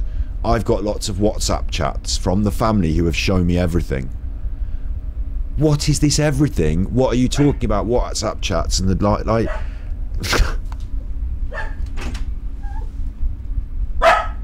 your book.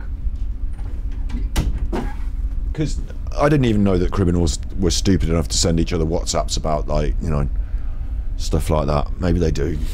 I thought they were on EncroChat until that got busted down, weren't they? The WhatsApp chat could be fake. Yeah, that's true. Like, I thought, I mean, obviously the initial thought runs to the family have shared all this Facebook bullshit with me. Do you know what I mean? All this stuff that you've been seeing on Facebook, the family have showed it all me, and now I've got to go through all that nonsense. But he's saying he's got WhatsApp chats. They could be between him and people. They could be shown to him from other people, and it's in relation to the drugs activity on the island, which he knows about. Not very much. He's only been there 2 days, but the family have shared all these WhatsApps with him. So the context is there to suggest that he means the family know deeper about the drug dealing going on the island because they themselves have access to WhatsApp chats. The only WhatsApp chats they would have access to are either the drug dealers themselves or Jay talking about the drug dealers, because who else are they got? They don't have other people's WhatsApp chats unless they've been sent them on the you know, unless other people have sent them WhatsApp chats they've seen. Oh, 2 people were talking on WhatsApp completely separately to this. I screenshotted my whomever screenshotted it has to be in the chat. You know what I mean? Like, people don't just get access to random chats on WhatsApp. Oh, this is what someone else has been saying. Like, so someone has screenshotted their WhatsApp chat about the drugs and they've forwarded it to Mark Williams through the family, or the family themselves have been conversing. Or, like, if you've been conversing on WhatsApp and you want to show it to Mark about Jay, isn't it you've been talking to Jay? Or none of that's all just ideas that are, and again, fueling TikTok, anyone? Fueling TikTok by not being specific about what you're talking about? Fueling TikTok? Because now the again, you give people the Lego bricks to construct the conspiracy there. Just like when someone else, Luke said he'd been on the phone to Armchair Detective, didn't he? That video's gone, that live stream got deleted. But you know, like, you give people the Lego bricks. I think this time he's deliberately being vague because he doesn't really have that much information, and the information he does have, if it's WhatsApp chats, he knows is a load of shit. But that's a line of inquiry, meaning I've got to fucking waste my time dealing with that. I've given it to the researchers to deal with. If there's anything in it, they'll come back to me. I'm not going to waste my time looking at it. That's my feel on it. Lots of messages, lots of WhatsApp chats and everything. That is a line of inquiry. So the 2 men were over here. They were in the bars, in and around the strip area. What we had edited out there was the people asking the questions. And again, who the fuck are these people? One of them's got an official looking lanyard on. You can't see them on the left, they're slightly cut off. We've got like a multicultural, diverse cast of apparently journalists. This must be the Daily Mirror, the Daily Mail, the Sun, Espanol Sol or something, you know, the Sun in Spain. This guy is obviously the press pack photographer, isn't he? Taking photos of everyone that's... What's he taking photos of? Because Mark Williams Thomas is the one doing the talk. What's he even taking photos of? I mean, he looks good because I'm seeing him take photos. This all looks like a proper press conference to me. Yeah, except it's supposed to be a Sun exclusive. Like, it just feels really weird, this does, doesn't it? Like, where's the proper press conference vibe? Why does it look like we're all like... And Chris from Substack is going to say they're all actors. Well, they look like actors. She's got a pen. Why has she got a pen?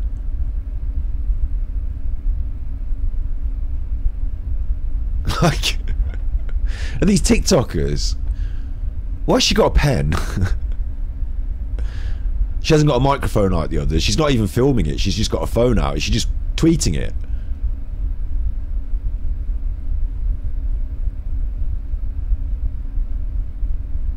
I'm more likely to believe that these people are Mark Williams Thomas's researchers and interns, you know, the young people who want to get into the media that he employs. in some way to do his research, and he's got them to stand out there to make it look like that's what it feels like to me. Obviously I'm not going to get sued for that, am I? Because that's just a funny joke. Like, it's just funny to say it, isn't it? But it looks more like that than the fucking legit press conference. Like, what's going on? Or maybe all the press are busy at the Euros and this is like, you know, who's left over for this. Maybe the international press doesn't really give a shit. Maybe they are TikTokers. Like, what's going on? They were certainly there for 2 days, that we know definitely. No, this guy, I don't know if he's, I don't think the lens cap's on. I think it's a filter, an ND filter. That they mixed with Jay and Jay's. Oh, he's videoing it. He's filming it on a camera. He's not photography. He's video. Group of friends that were there. They spent a number of time in the bars drinking. They say that they drank Hennessy. So I'm gonna have to rewind and listen to what he's saying now, because yeah, that guy's video, he's got a follow focus on it. Certainly there for 2 days, that we know definitely. And the fact that he's not filming Mark and he's not too worried about whether his microphone is pointing at him either. This guy's second unit. This guy's camera 2. You know, like the way we've been watching this and it's been edited together. It's good to get videos of other stuff if you're going to be using it to edit. If you've got 2 shots of Mark's face and you want to edit out Mark's face, what are you going to cut to? So the other guy's quite at liberty to go and, you know, range a little bit like that. So he's not just working on his own, because otherwise his video would be awful, wouldn't it? Because he's missed Mark now. He's videoing something else. So what he's doing is he's doing the setting scene shot, like, you know, he's probably got, when he turns to Mark, he's probably got it out of focus and then he brings it into focus like that, you know, so he could setting it up.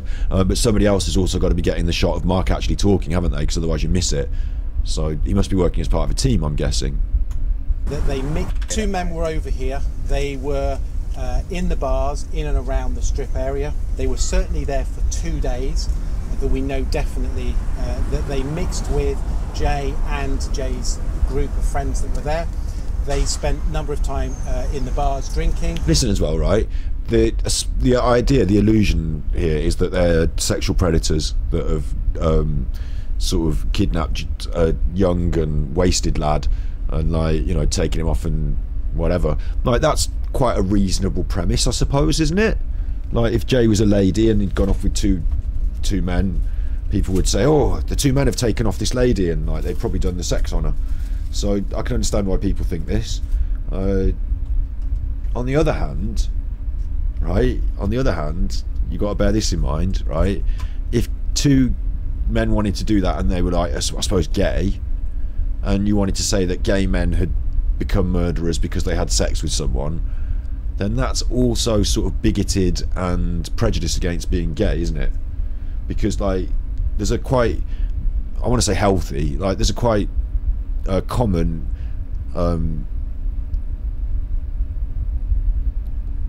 sexual culture in gay culture where people have sex with each other, yeah?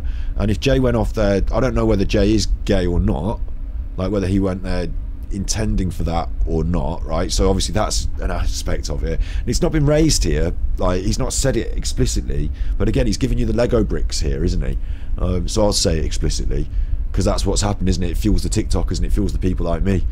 But I'm critiquing it, is that like, it doesn't mean that gay people having sex are murderers and rapists, right? It's got to use the R word now, so this YouTube video, if it goes up on YouTube, eh? Don't worry, you can still get thousands and thousands of views if you use horrible language that gets you demonetized, apparently. But the whole thing, right? It doesn't mean those people are bad people. And if Jay's gone with them willingly, it doesn't mean that he's done a bad thing and that they've done a bad thing, even if they did have sex. So the idea that they're gay and like again, if a woman went off with them and she did that, or they might say she was a nasty tart, mightn't they, or something. But also, she might have chosen to go and have sex with some people or one person or whatever. And like, welcome to 2024, where people choose to have sex with each other.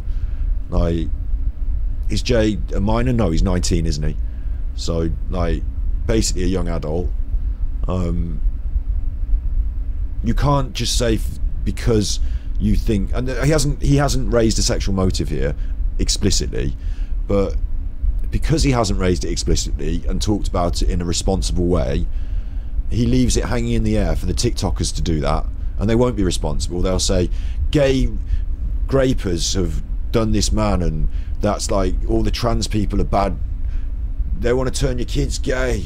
Like, do you know, like it's part of this right-wing agenda to criminalise and demonise homosexuality, to leave that stinker hanging in the air like that, because you might not want to go and have sex with two men, right? You might assume Jay might not have wanted to, but had he wanted to, it's not a crime. It's not even something that you should probably overly moralise over, should you? If they'd done a bad sex crime on him, it would be awful.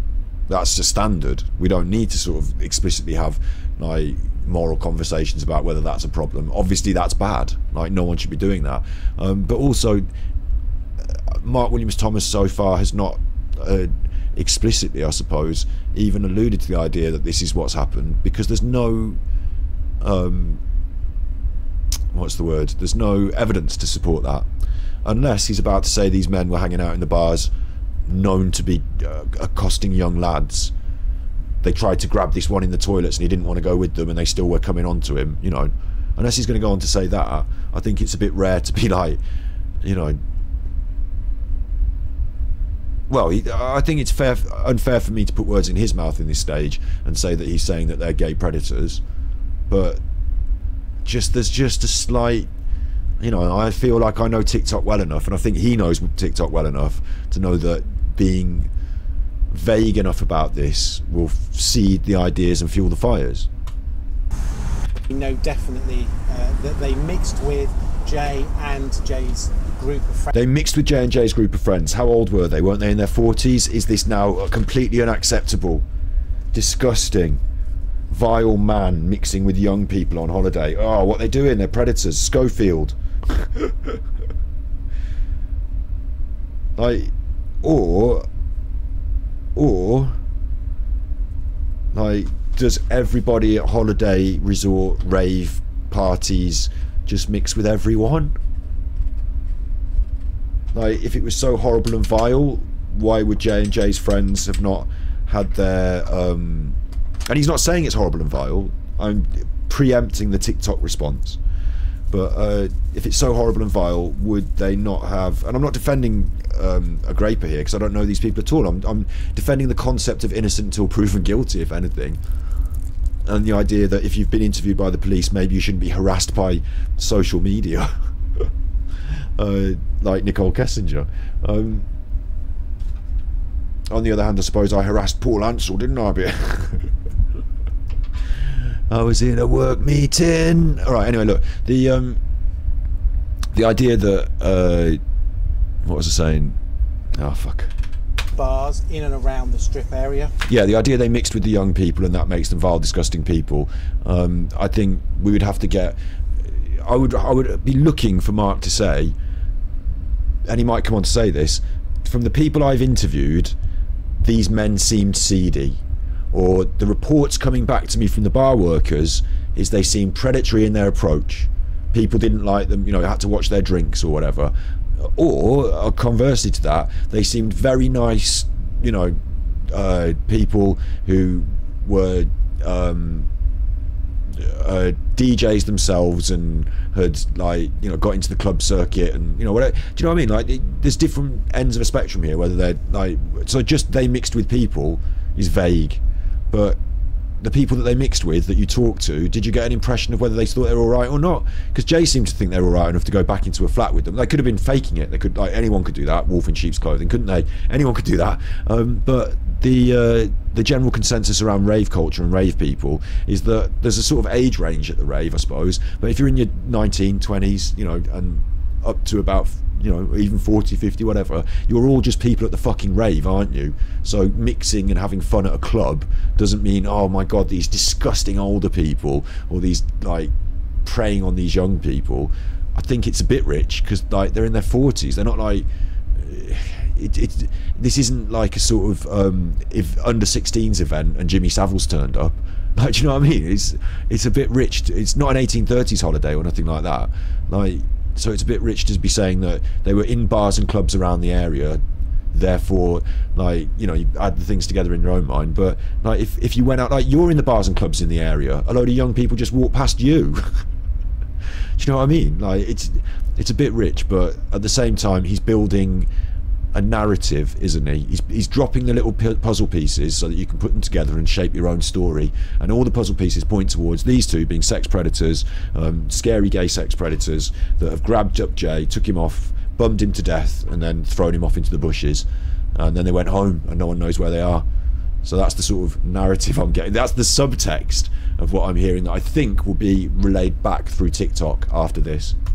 They were certainly there for 2 days, that we know definitely. You know, echo chambers require a sound to get going, a seed to start a rumour. Echo back, you know. So I wonder how many people are just going to jump on the Mark Williams Thomas opinion trail. They love to bandwagon opinion, don't they? They love to bandwagon an opinion. And a lot of people seem to, like Peter Folding effect, like they all said, oh, Peter Folding's great, let's just say what he says it, let's agree with it. And then that got them in trouble when he told them to disagree with what he said earlier, change his mind and agree that he was a liar. So that they mixed with Jay and Jay's group of friends that were there. They spent a number of time in the bars drinking. They say that they drank Hennessy, which was their preferred drink, and there was one person who's a slightly bigger guy, was much more chatty than the other person. They were there. Why does it matter what drink they drank specifically? I suppose it's another piece of information, and he's much more chatty. Again, what I'm looking for, I'm hoping he's going to give us this, is the personality of these people and how they were received by the people. You know, if you're young people and some seedy guy comes over and sleazes onto you, you all go, fucking, you know, you're old enough to be my dad, you are, fuck off you. If you're, you know, they're 19-year-olds, these people. Okay, they might be a bit wasted and at a rave, but if you're in a social situation, there's enough of you around, the majority of time, unless these people are real social social comedians that no one spotted it, the majority of time people are going to feel the vibe. And so I'd like to know what that vibe is. Like, he's more chatty, yeah, but did they chat back? Were they enjoying the conversation? Or were these Hennessy drinkers like, you know, Jimmy Savile types that everyone had to sort of get out the way of? Like, it seemed to me, just by the setup and the premise, that everyone seemed to be having fun and being friendly. And that's quite normal behaviour when you meet people of any age range from 20 to, I mean, I'm saying 20, 19, to like, you know, 40 something or even older on holiday, when you share the interest of being at the fucking bars and the clubs.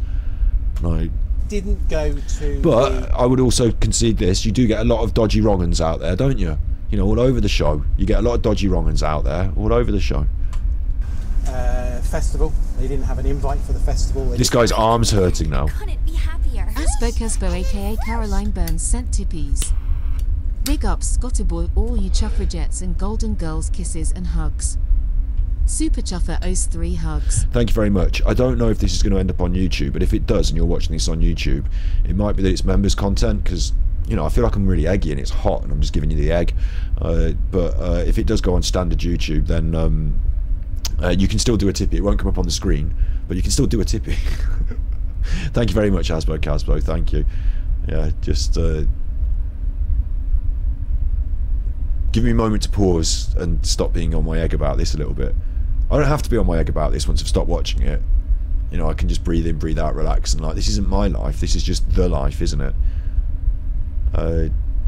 I've said this before about Mark Williams Thomas. I respect him, or did respect him. I loved his work with Tia Sharp. I didn't shout out to him. Nicola Bully case on the way, I was like, he's doing good work. And then he did the inquest. He was tweeting about the inquest. I was following his tweets, you know, relaying. Mark Williams Thomas says this about the inquest, so this is what I think, and about what he said. And then the second day of the inquest for Nicola Bully, he went radio silent on the tweets. No more tweets. No more tweets. And I started sea change in his mood and opinion about political ideas on the internet as well, because suddenly he was relatively anti-trans in a way. I think he posted something, tweeted, don't quote me on this, it's a feeling I remember having from seeing his tweets. I just felt like he suddenly jumped in with the Great Britain news crowd, and so his opinions and dissemination of the facts suddenly became for hire, I suppose, and I lost all respect for him from as he went down that road further, and Nicola Bully vanished and all that. It was just terrible, wasn't it? So he's been on a real downward downward path in terms of my estimation since then. I used to respect him, and he lost my respect with his behaviour. Have a ticket, so they didn't go to the festival, and they were with Jay on the morning, taking them back. What we don't know is why, and of course the questions that raise is why, if you were partying here, do you go to a venue, a holiday let some hour away, which is in a really remote location. Let's have it again. The festival, and they were with Jay on the morning, taking them back. What we don't know. So. Didn't go to the festival. They didn't have an invite for the festival. They didn't have an invite for the festival. Was the festival invites or was it tickets? Well, they didn't have a ticket, so they didn't go to tickets. So festival. They didn't go to the festival. And again, he just he drops that in there. Yeah, it's a fact. Like, we all know what we're thinking, though, don't we? Let's be real. Like, what we're saying that the TikTok is now going to say for us is that they didn't have an invite for the festival, so they're on the fringes. They're there as like predators. There's a load of kids at a big party.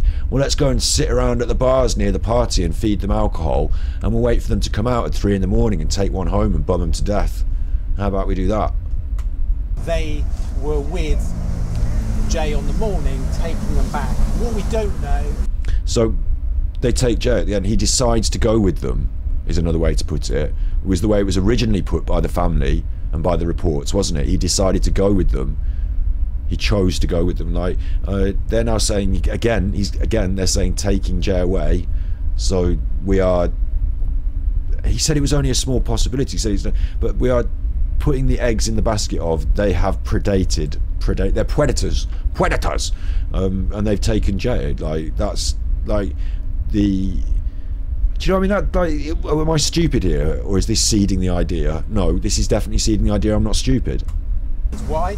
And of course, the questions that raise is why, if you were partying here, do you... Why? So I can answer those questions in some very different and reasonable ways for you, Mark. Number one, you don't want to finish the party, and these people want to continue the party as well, but in a slightly different atmosphere. Maybe they say about the Hennessy they like to drink, we've got several bottles left at the that. You also like the Hennessy. We're going to drink Hennessy. Let's go and drink more Hennessy. It's a party. We're on holiday. I don't mind if someone else comes back with us. He seems all right. Maybe, and you want to do the drugs angle, right? Maybe they had more drugs that Jay wanted to consume. So they were going to go and consume more drugs, and some people didn't want to consume more drugs, and he did. Maybe, and these are just ifs and buts and maybes, maybe they had, like I said earlier, like had bought some drugs while they're on holiday, and they said, we're going home in a couple of days, so you can have these. You just got to come back to our flat and get them, because I'm obviously not driving there to get them for you. And Jay thought, yeah, bonanza, I'll go for that. Or maybe, like, you know, maybe they wanted to drag him out there and bum him to death in the wild. It's raining again. I couldn't be happier. Swish! Lisa Marie Hokinson sent tippies.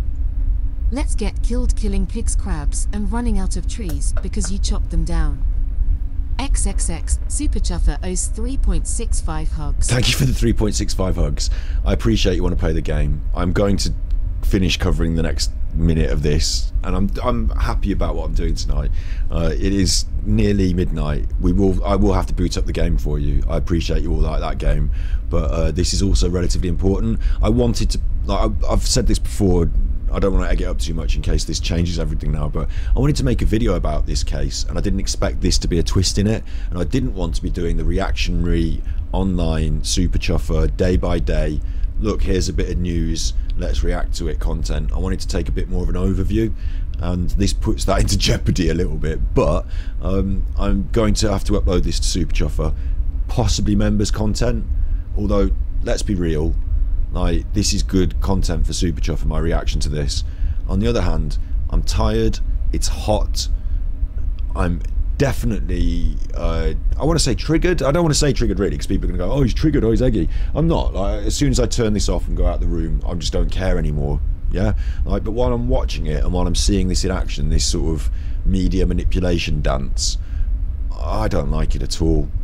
I'll tell you what it's like. It's like watching someone cheat at poker or something, and like while you're watching, you're like, oh my god, that fucking, he's doing, like, oh my god, he slipped a card under his wrist there, oh, you could see it happening, oh, it's bad. And then, like, you know, you turn it off and you're like, okay, well, I don't really care about poker that much, like, so whatever. Like, but while you're watching it, you're like kind of incensed by it. You're like, oh my god, I can't believe he's doing that. Like, what a chuffer. And I'm not saying he's cheating, and this isn't poker, that's a sort of bad analogy, I suppose. But I've been picking out the things I've been saying that I don't like the way he's saying them. Like, I think he could have done this in a much more responsible way, and I think he has thought out what he's going to say, and all that stuff about being on the family causes. Like, if you're going to go out there and be part of this, and everyone thinks the family are involved in drug dealing and all that, which is the conspiracy, like, how is he not going to put himself right in the middle of that conspiracy? Chris's Substack is going to say they are all actors, and for once, I've said it before already, but like, now they all look like actors, don't they? To the point where now we've got the fucking MI5 walking past with their little sunglasses and hat. People aren't going to take this well.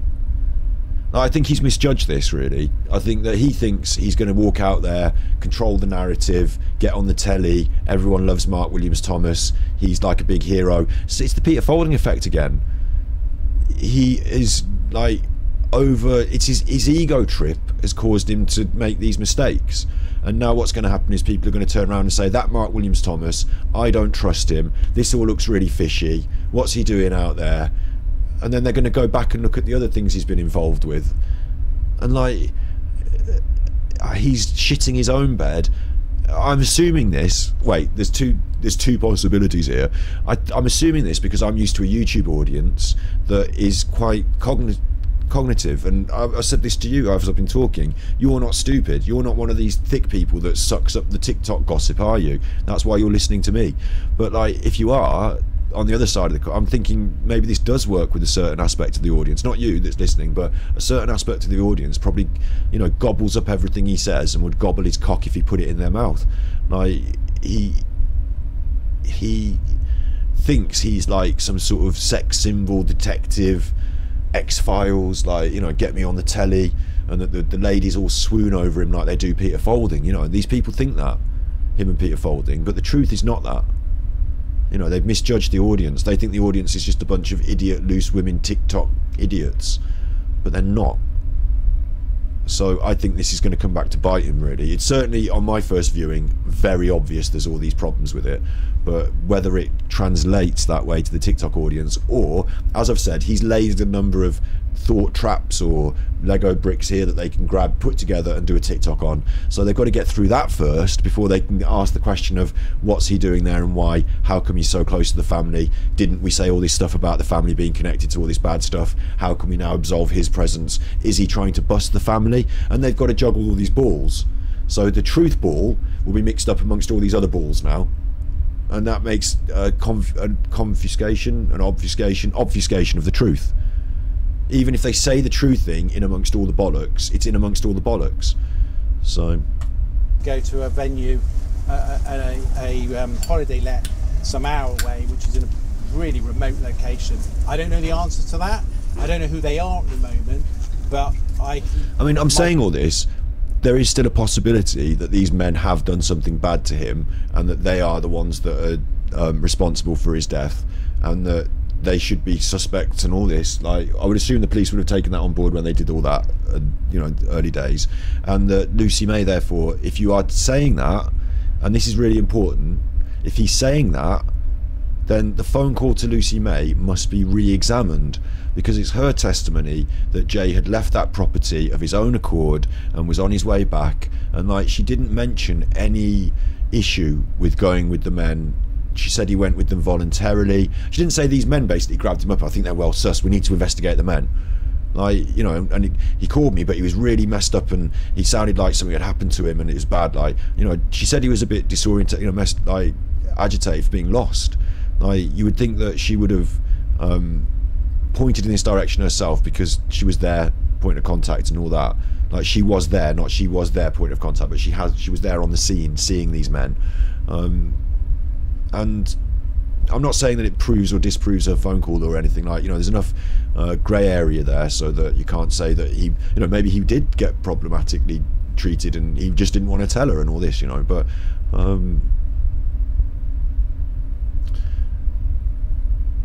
certainly the initial narrative of Jay walking off, which seems so much more reasonable. Like, okay, here's a really critical point. I asked Steve of the Dead, I was like, I'm going to do this subject as a video, I think, rather than a stream, and do you want to be part of the video? And he said, I don't want, you know, talk about private correspondence, but I'm fine to chat about, you know, us talking about content like this. He said he thought that this was like a case of somebody, you know, a missing person like Michael Mosley, and there's not really that much to talk about. I understand that he, and I don't want to either, go on YouTube and just do a load of conspiracy rambling, gossip mongering bullshit, and then end up fueling the fires of a load of bullshit, you know. I actually like to find what I hope to be truth rather than like nonsense, and there's an awful lot of nonsense. So you talk about Jay Slater case, you end up talking about all this nonsense. You can pretend you're not, but you are. Like, yeah, so I'm with him on that, and like we're working on, or I'm working on something slightly different. I'm hoping he's going to be part of it, but the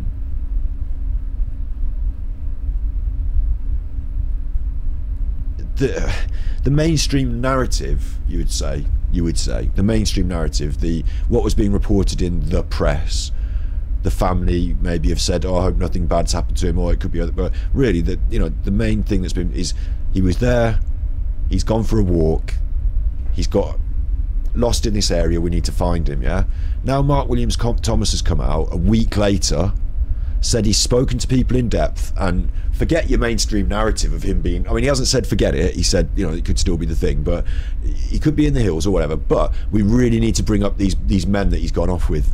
And he said it a load of times, these men he's gone off with, we need to get them to come forward. They like to drink Hennessy, one of them is big and black, we need these men. They were hanging around by the bars and clubs, they're not in the rave with the rest of the kids, we need these men. And like, that's not the mainstream narrative. So now Mark Williams Thomas is crafting an alternative narrative to the mainstream. It's not an investigation, this, right, where he like, if you're a police investigator, you don't have to do this, you just keep it under wraps and you do the investigation, then you bring it out when you've concluded it. Maybe this is a public appeal to go after these men. Like this isn't a public appeal. At the start he said, if anyone's got any information on Jay, if you've seen him on the road, then give us a call. Anyway, so these men, it is a public appeal to point the finger at and to raise the profile of, create the bogeyman out of these men. And I'm not saying they're innocent because I'm naive and because there can't be a bad person in Tenerife.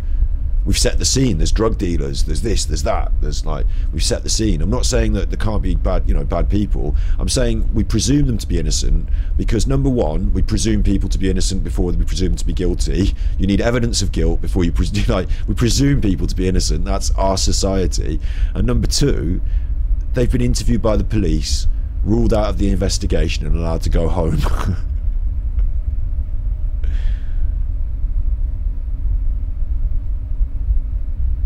This is crafting, as I've said, I'm not going to repeat myself too many times, but this is crafting a second narrative now. This is heavily adjusting and this is now the mainstream, because Mark Williams Thomas is now stood on the internet, on the Sun channel, on YouTube, but it becomes the mainstream now, doesn't it? The mainstream narrative, insofar as the Sun is mainstream enough, even if they are just a YouTube channel now, like other YouTube channels, they are mainstream enough. Fucking weird, isn't it? Focus now is to find those people. I have a photograph of them, and I know that the power of the internet will very quickly, if I put that, oh my god, you're threatening them that TikTok will find them if they don't come forward. I know the power of the internet. Do you want to harness the power of the internet, do you, Mark Williams Thomas? Let's hope that doesn't backfire on you. But I'm giving them the opportunity to come forward. They are witnesses, they are nothing more than that. They are crucial witnesses, and I want to make sure that we secure that evidence. They're witnesses, they're nothing more than that. They're crucial witnesses. Then why are you treating them like suspects in the way you're strong-arming them into coming forward, not talking to the police, but talking to you, an independent investigator, at best, something different to that at worse. Like, this is insanity. And how are we, as a public, like, I mean, I'm doing what I'm doing, I'm saying things that I'm saying, maybe I'm different. I'm assuming there will be a backlash against this on social media. Like, if you're running TikTok channels and you're stupid, you might just take the bait, yeah? But if you're thoughtful and intelligent, then you're going to be aggrieved at being baited, aren't you? I just... in relation to what they've got to say, and ask the pertinent... He's not in that tree, is he, you fucking idiot? ...questions which could give answers to what's happened. Jade had enjoyed himself that night. Sorry. This guy looking in the tree. He's not in that tree. Crucial witnesses, and I want to make sure that we secure that evidence in relation to what they've got to say. Look, is he in that tree? No. Pertinent questions which could give answers to what's happened. I can see from here. Jade had enjoyed himself that night. They'd consumed quite a bit of alcohol. Quite a bit of alcohol. That morning, when he left the club shut at 4 o'clock. He came out of the club. They sat outside on the wall for a short period of time, wandered around, trying to work out what they were going to do. Jade was during the course. I mean, many of you have seen the videos of him. He looked quite drunk at stages during the course of that. But when he comes out, I am told by people who spoke to him that he was quite in control of himself. Again, he's been told by people that spoke to him. I mean, this is right at the end, and but he's been told by people that spoke to him that he was quite in control of himself. So, who spoke to him when he came out of the club?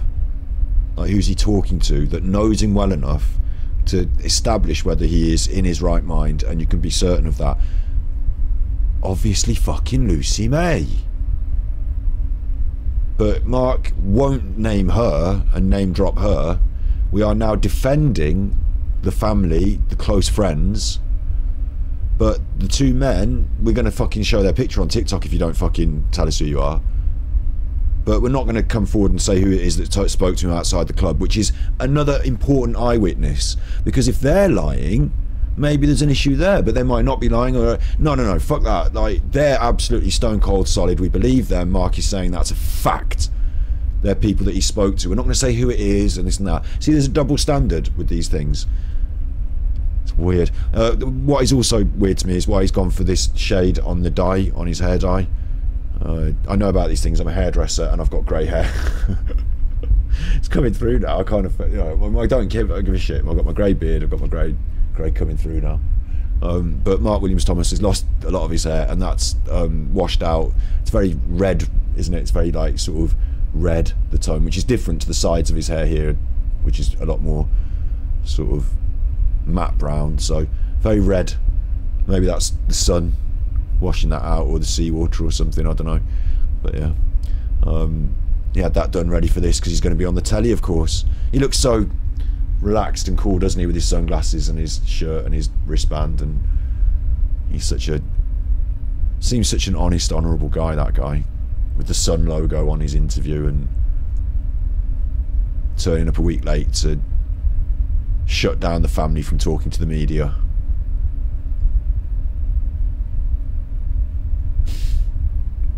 So when he goes off with these two men, he is in quite control of himself. What we don't know is why he went with these two men. What was the purpose of that?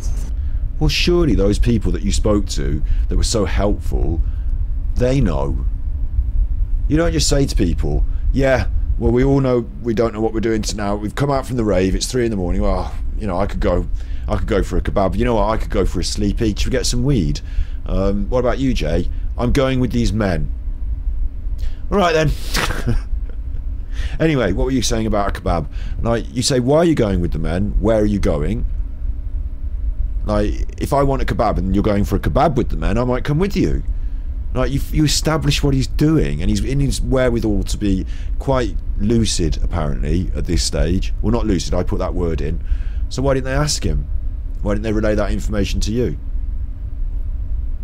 Like, do you know, and you're deciding not to say what they told you, or are you leaving it open because you want everyone else to leave it open? Make their own mind up about what they wanted to do with him, what he wanted to do with them. And you could go anywhere. I mean, you go anywhere between innocent and guilt, you know, guilt of like what they're going to go and do. Some people would say it was awful to go back there and smoke weed. Some people would say it was awful to go back there and do cocaine. Some people would say it was awful to go back there and do gay sex. And all of those things are actually quite acceptable to certain other people, which is like society at large, really.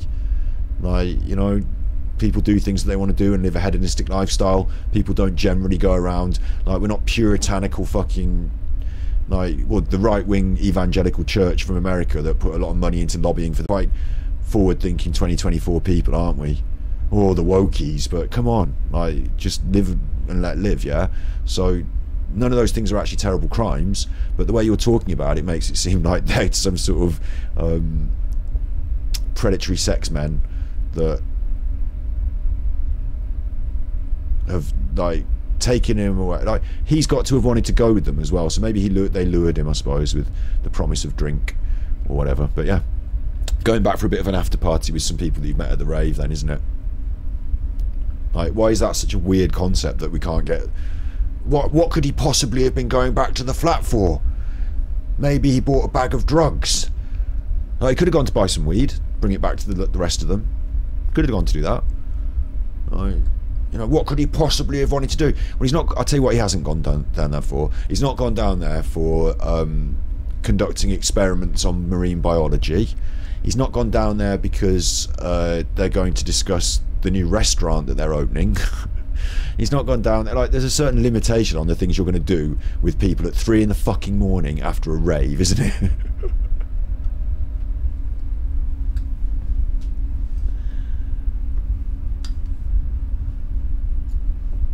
How did they get back to the house? Apparently he went with them in a car, from what I've heard, relayed to me by those really responsible and trustworthy people that were there with him outside. So,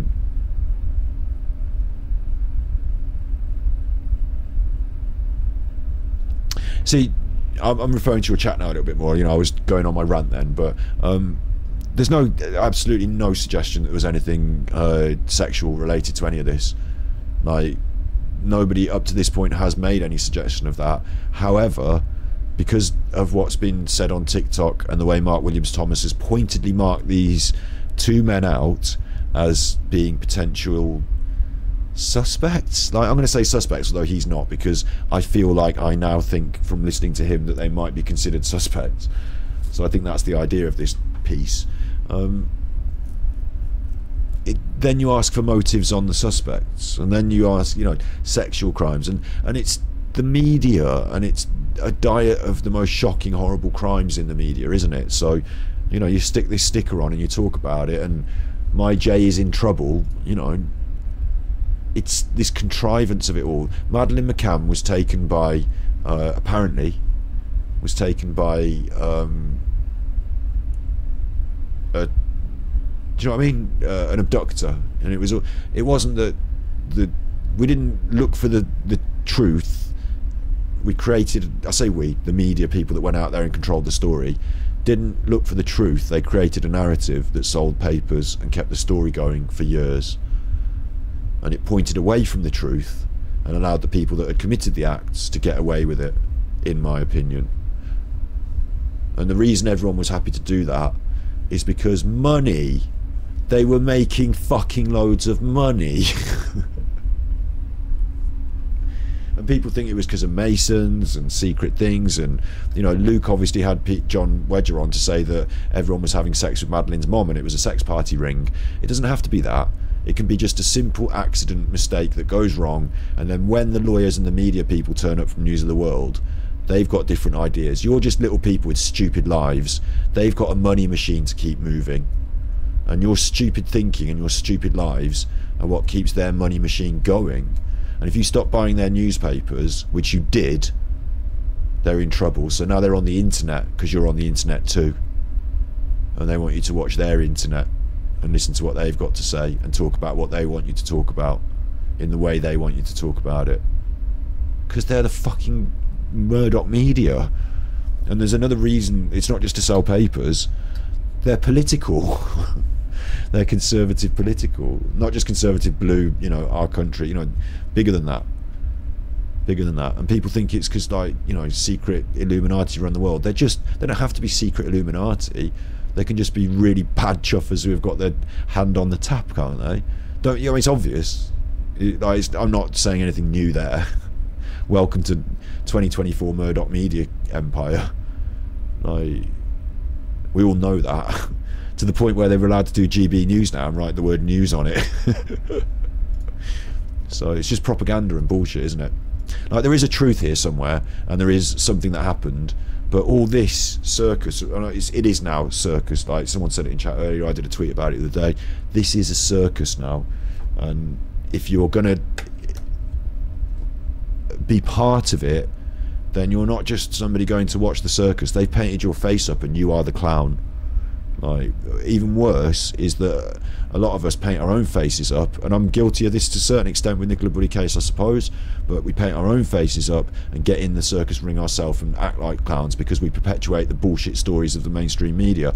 Obviously with Nicola Bulley I didn't do that. I'm not, you know, I'm anti-establishment in my core, so I see things a different way.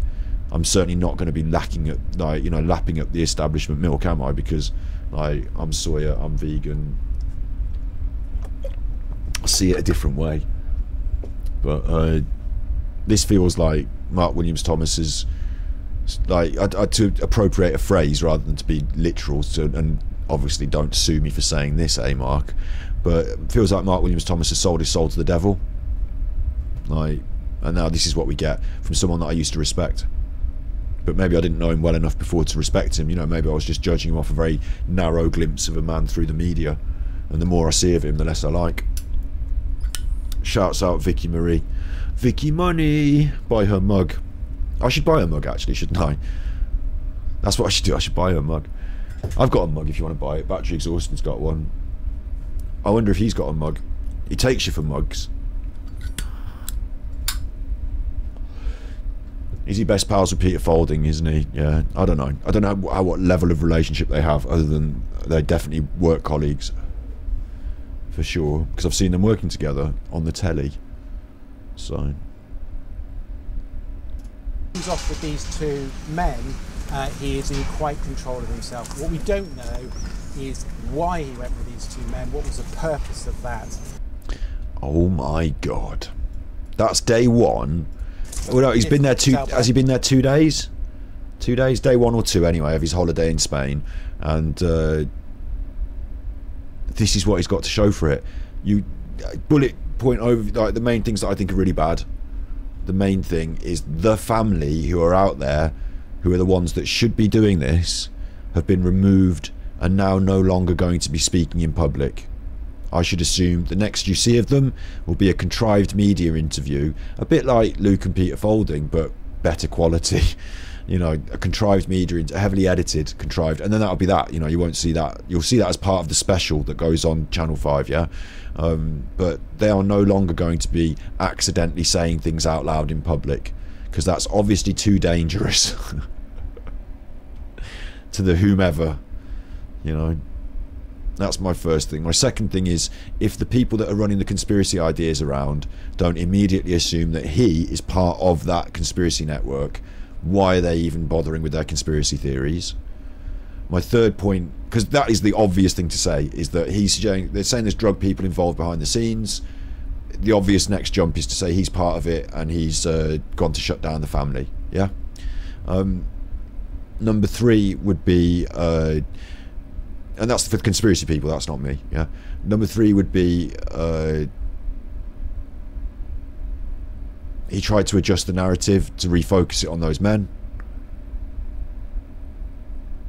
which was a bit like a Nicole Kessinger moment, like an Alan Nicole Kessinger moment. I think that was the takeaway.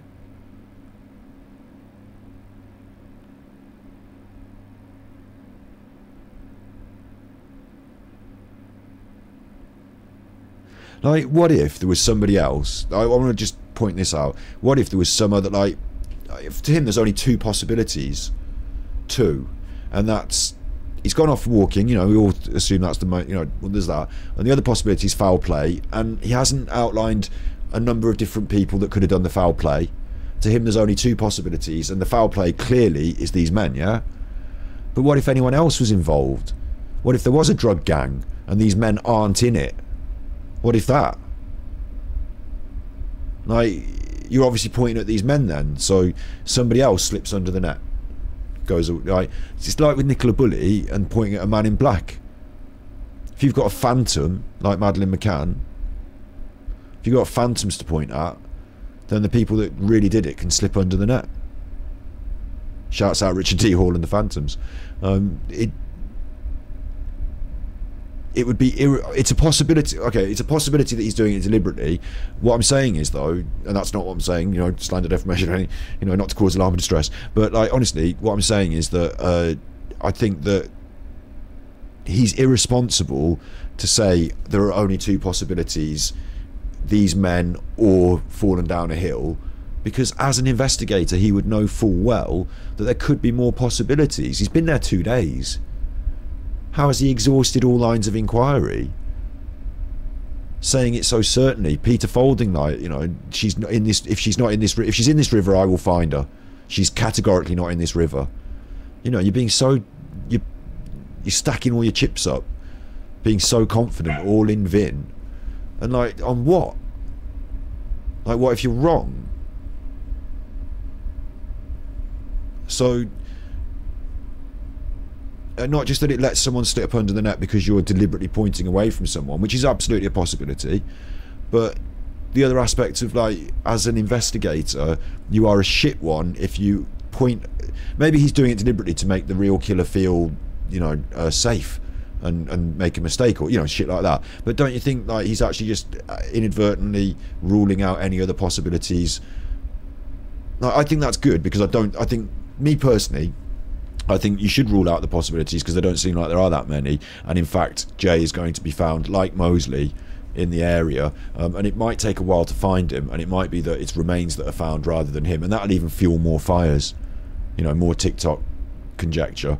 But like, so that's okay to rule out possibilities and stuff, isn't it? But like, if he's an investigator and he's saying there might be foul play, and there's only two people who could have done the foul play, that seems irresponsible, because you could be letting some actual bad people get away with stuff by not investigating properly. Like, what if he'd been walking up that road and someone had picked him up on that road, like, and just grabbed him off the road?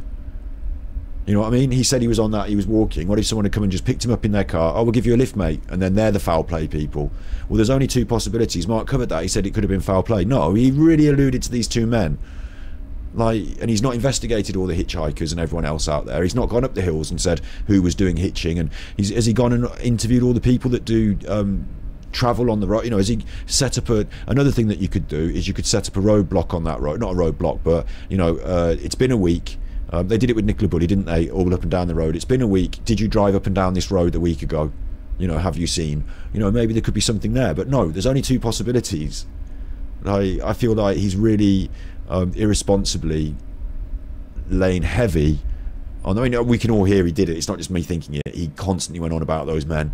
Harassment as well. Why did they take Jay back to that holiday? Why did they take Jay? He keeps using this language. I'm doing a full take again. I'm just giving that overview. My main point was this as well. They used the language taking instead of why did Jay go with them? Why did they take Jay? So, like, if I'm going to just naively add up what he said, and he didn't say it, I'm now doing what TikTok are going to do. These are bad men who predated upon Jay, predators, and they've took him off and bummed him to death essentially. But that's the line of inquiry he's really interested in finding out about, and the way he's going to find out about it is by threatening them with exposing them on the internet if they don't come forward and talk to him. Rental. I know the name of one of those individuals, his nickname. I do not know the name of the other person, but I do have a photograph of that one person. I do not intend to release that photograph yet, but if they do not come forward, I will release that information and ask the public to tell me who they are. So I urge them to come forward before I do that. And the only reason I'm doing that is I believe they have crucial information. Well, you might think that, but the police have also thought that and talked to them, so it's really weird to threaten them with that on the internet, isn't it? That's really weird to threaten him like that. It reminds me of what people said about him on Nicola Bulley case, when they said that he was the one that leaked the information. And you know, not saying any particular person said anything. I'm being careful that we don't get sued or whatever. But I'm pretty sure some people, and I don't know about whether this was true or not, but I'm pretty sure that some people said that he was the one that leaked the information about her trouble, or the allude, not the truth that we believe is not the truth, but the idea that she was having struggles with alcohol, and he forced the police to come forward and talk about it. Otherwise he was going to talk about it. So it feels like he's done that here. Like, it's a bit really like, it's completely it's not he doesn't do it just once. He says that like 3 times during this. The festival, they didn't have an invite for the festival, they didn't have a ticket, so they didn't go to the festival, and they, like I say, the main point of this whole press conference, which is a really weird press conference, Sun exclusive, also ended up on TikTok, but Sun exclusive, weird press conference. Apparently this is called to raise awareness, try and help Jay, but he's not been out looking for him. He's been talking to people on the island, and he really wants these 2 men. With Jay on the morning, taking them back. What we don't know is why, and of course the questions it raises is why, if you were partying here, do you go to a venue, a holiday let some hour away, which is in a really remote location? I don't know the answer to that. I don't know who they are at the moment, but my focus now is to find those people. I have a photograph of them, and I know that the power of the internet will very quickly, if I put that image out, will find them. But I'm giving them the opportunity to come forward. They are witnesses. They are nothing more than that. They are crucial witnesses, and I want to make sure that we secure that evidence in relation to what they've got to say, and ask them pertinent questions which could give answers to what's happened. So they're just, you know, they're just witnesses to what? I don't know, because witnesses usually witness to a crime or whatever, and he's threatening to put this information out on the internet, but he's not going to do that, obviously, because he's not a bad man. Like, they're just going to come forward and talk to him, and obviously he can use their story and sell it for money in his role as media producer, can't he? So maybe they're going to want to sign a form to say that he doesn't get to do that before they talk to him. Maybe they need a lawyer. Oh no, he's not a policeman. What the fuck is he doing? Like, he's on a level with Bullhorn Betty and Alan and people like that now. Like, what the fuck is he doing? This is probably what he done to Paul Ansell, I wonder. See, with Paul Ansell and Nicola Bulley, Peter Folding was in there, wasn't he? And obviously they had colleagues, because they worked together on that TV show. So, with this, Peter Folding's not going to fly out on his helicopter. We were all joking about it, but like, we were joking about that yesterday, like, or the day before. Now Mark Williams is literally flown out there. So it's not such a joke now, is it? And I will, you know, I'll throw this out there, Kelly, you probably don't agree with me on this, or, you know, probably, you know, this is a line of inquiry that I don't know. Like, I think conspiracy theorists will add this together. I'm a bit interested to see how. What I'm saying is, there's conspiracy people who are saying that there's drug dealing, and he talked about drug dealing a lot in this. He talked about drugs on the island himself here in this as well. I skipped over that a bit, but he talked about drugs on the island. So if there is a drug dealing gang, and like, there's people on the internet who think they did the GoFundMe so they could pay off the gang and they've got Jay and all that, right? That's the conspiracy theory, right? And the family are out there talking in the press. Then the drug dealing gang are going to look at that and say, hey, they're talking in the press. They're saying that there's a drug dealing gang. Somebody shut them up, otherwise there'll be trouble. And so wouldn't they send someone out there to shut them up and talk for them? And hasn't Mark Williams Thomas essentially done that? Shut them down, and now pointed at these men.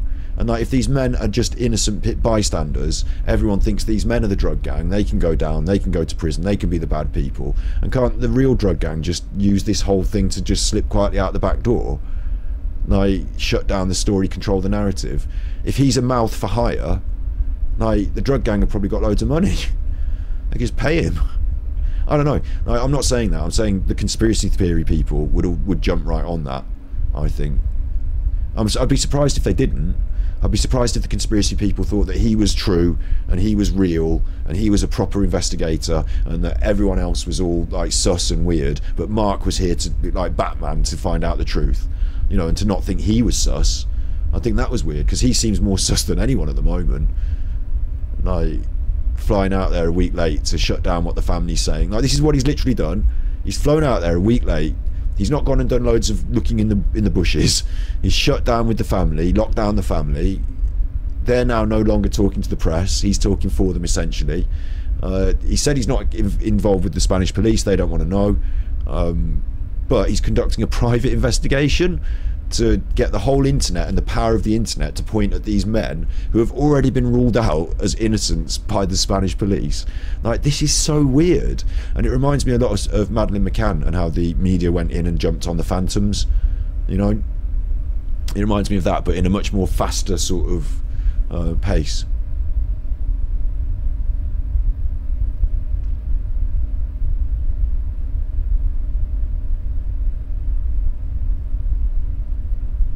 Like, ultimately, I'm not repeating myself over and over again, but I'll just say it one more time for anyone who didn't hear earlier. What Mark Williams Thomas has done is he's seeded the idea, or left the little building bricks for TikTok and whomever else to say these men are predators, and they've grabbed up Jay because he was wasted and they wanted to sex him up. And once they've sexed him up, they've possibly murdered him and then disposed of his body and gone home. And we need to get them. And that they might even be part of a drug gang, and I don't know why the drug gang means anything, because they're also predators that have sexed him up. Like, it's just, they are the bad boogeymen, and they've done all the bad things, and that Jay's obviously dead murdered off by these bad men. Now, that's the Lego bricks that have been thrown down here, and if I put them together and form that story, it's me saying it, not him. But I'm not going to say that. I don't think that's what's, you know, I think that's what he wants people on the internet to say, and to drive it in that direction for whatever reason. Maybe that's what he truly believes, you know. But if he's a really good investigator, he wouldn't be out there saying this in public after 2 days. So that makes me wonder about whether that's what he really believes, you know. He said before, he talked about this before, about interview technique, and he's not doing an interview here in public, but he talked about how he didn't want the I think it was in relation to Tia Sharp, how he didn't want the suspect to feel that they were onto him, but to enable them the space to, you know, to make the mistakes, to talk and all this stuff. So maybe pointing the finger at these men is pointing away from somebody else that he wants them to feel safe. But, you know, at the moment we've just got this. So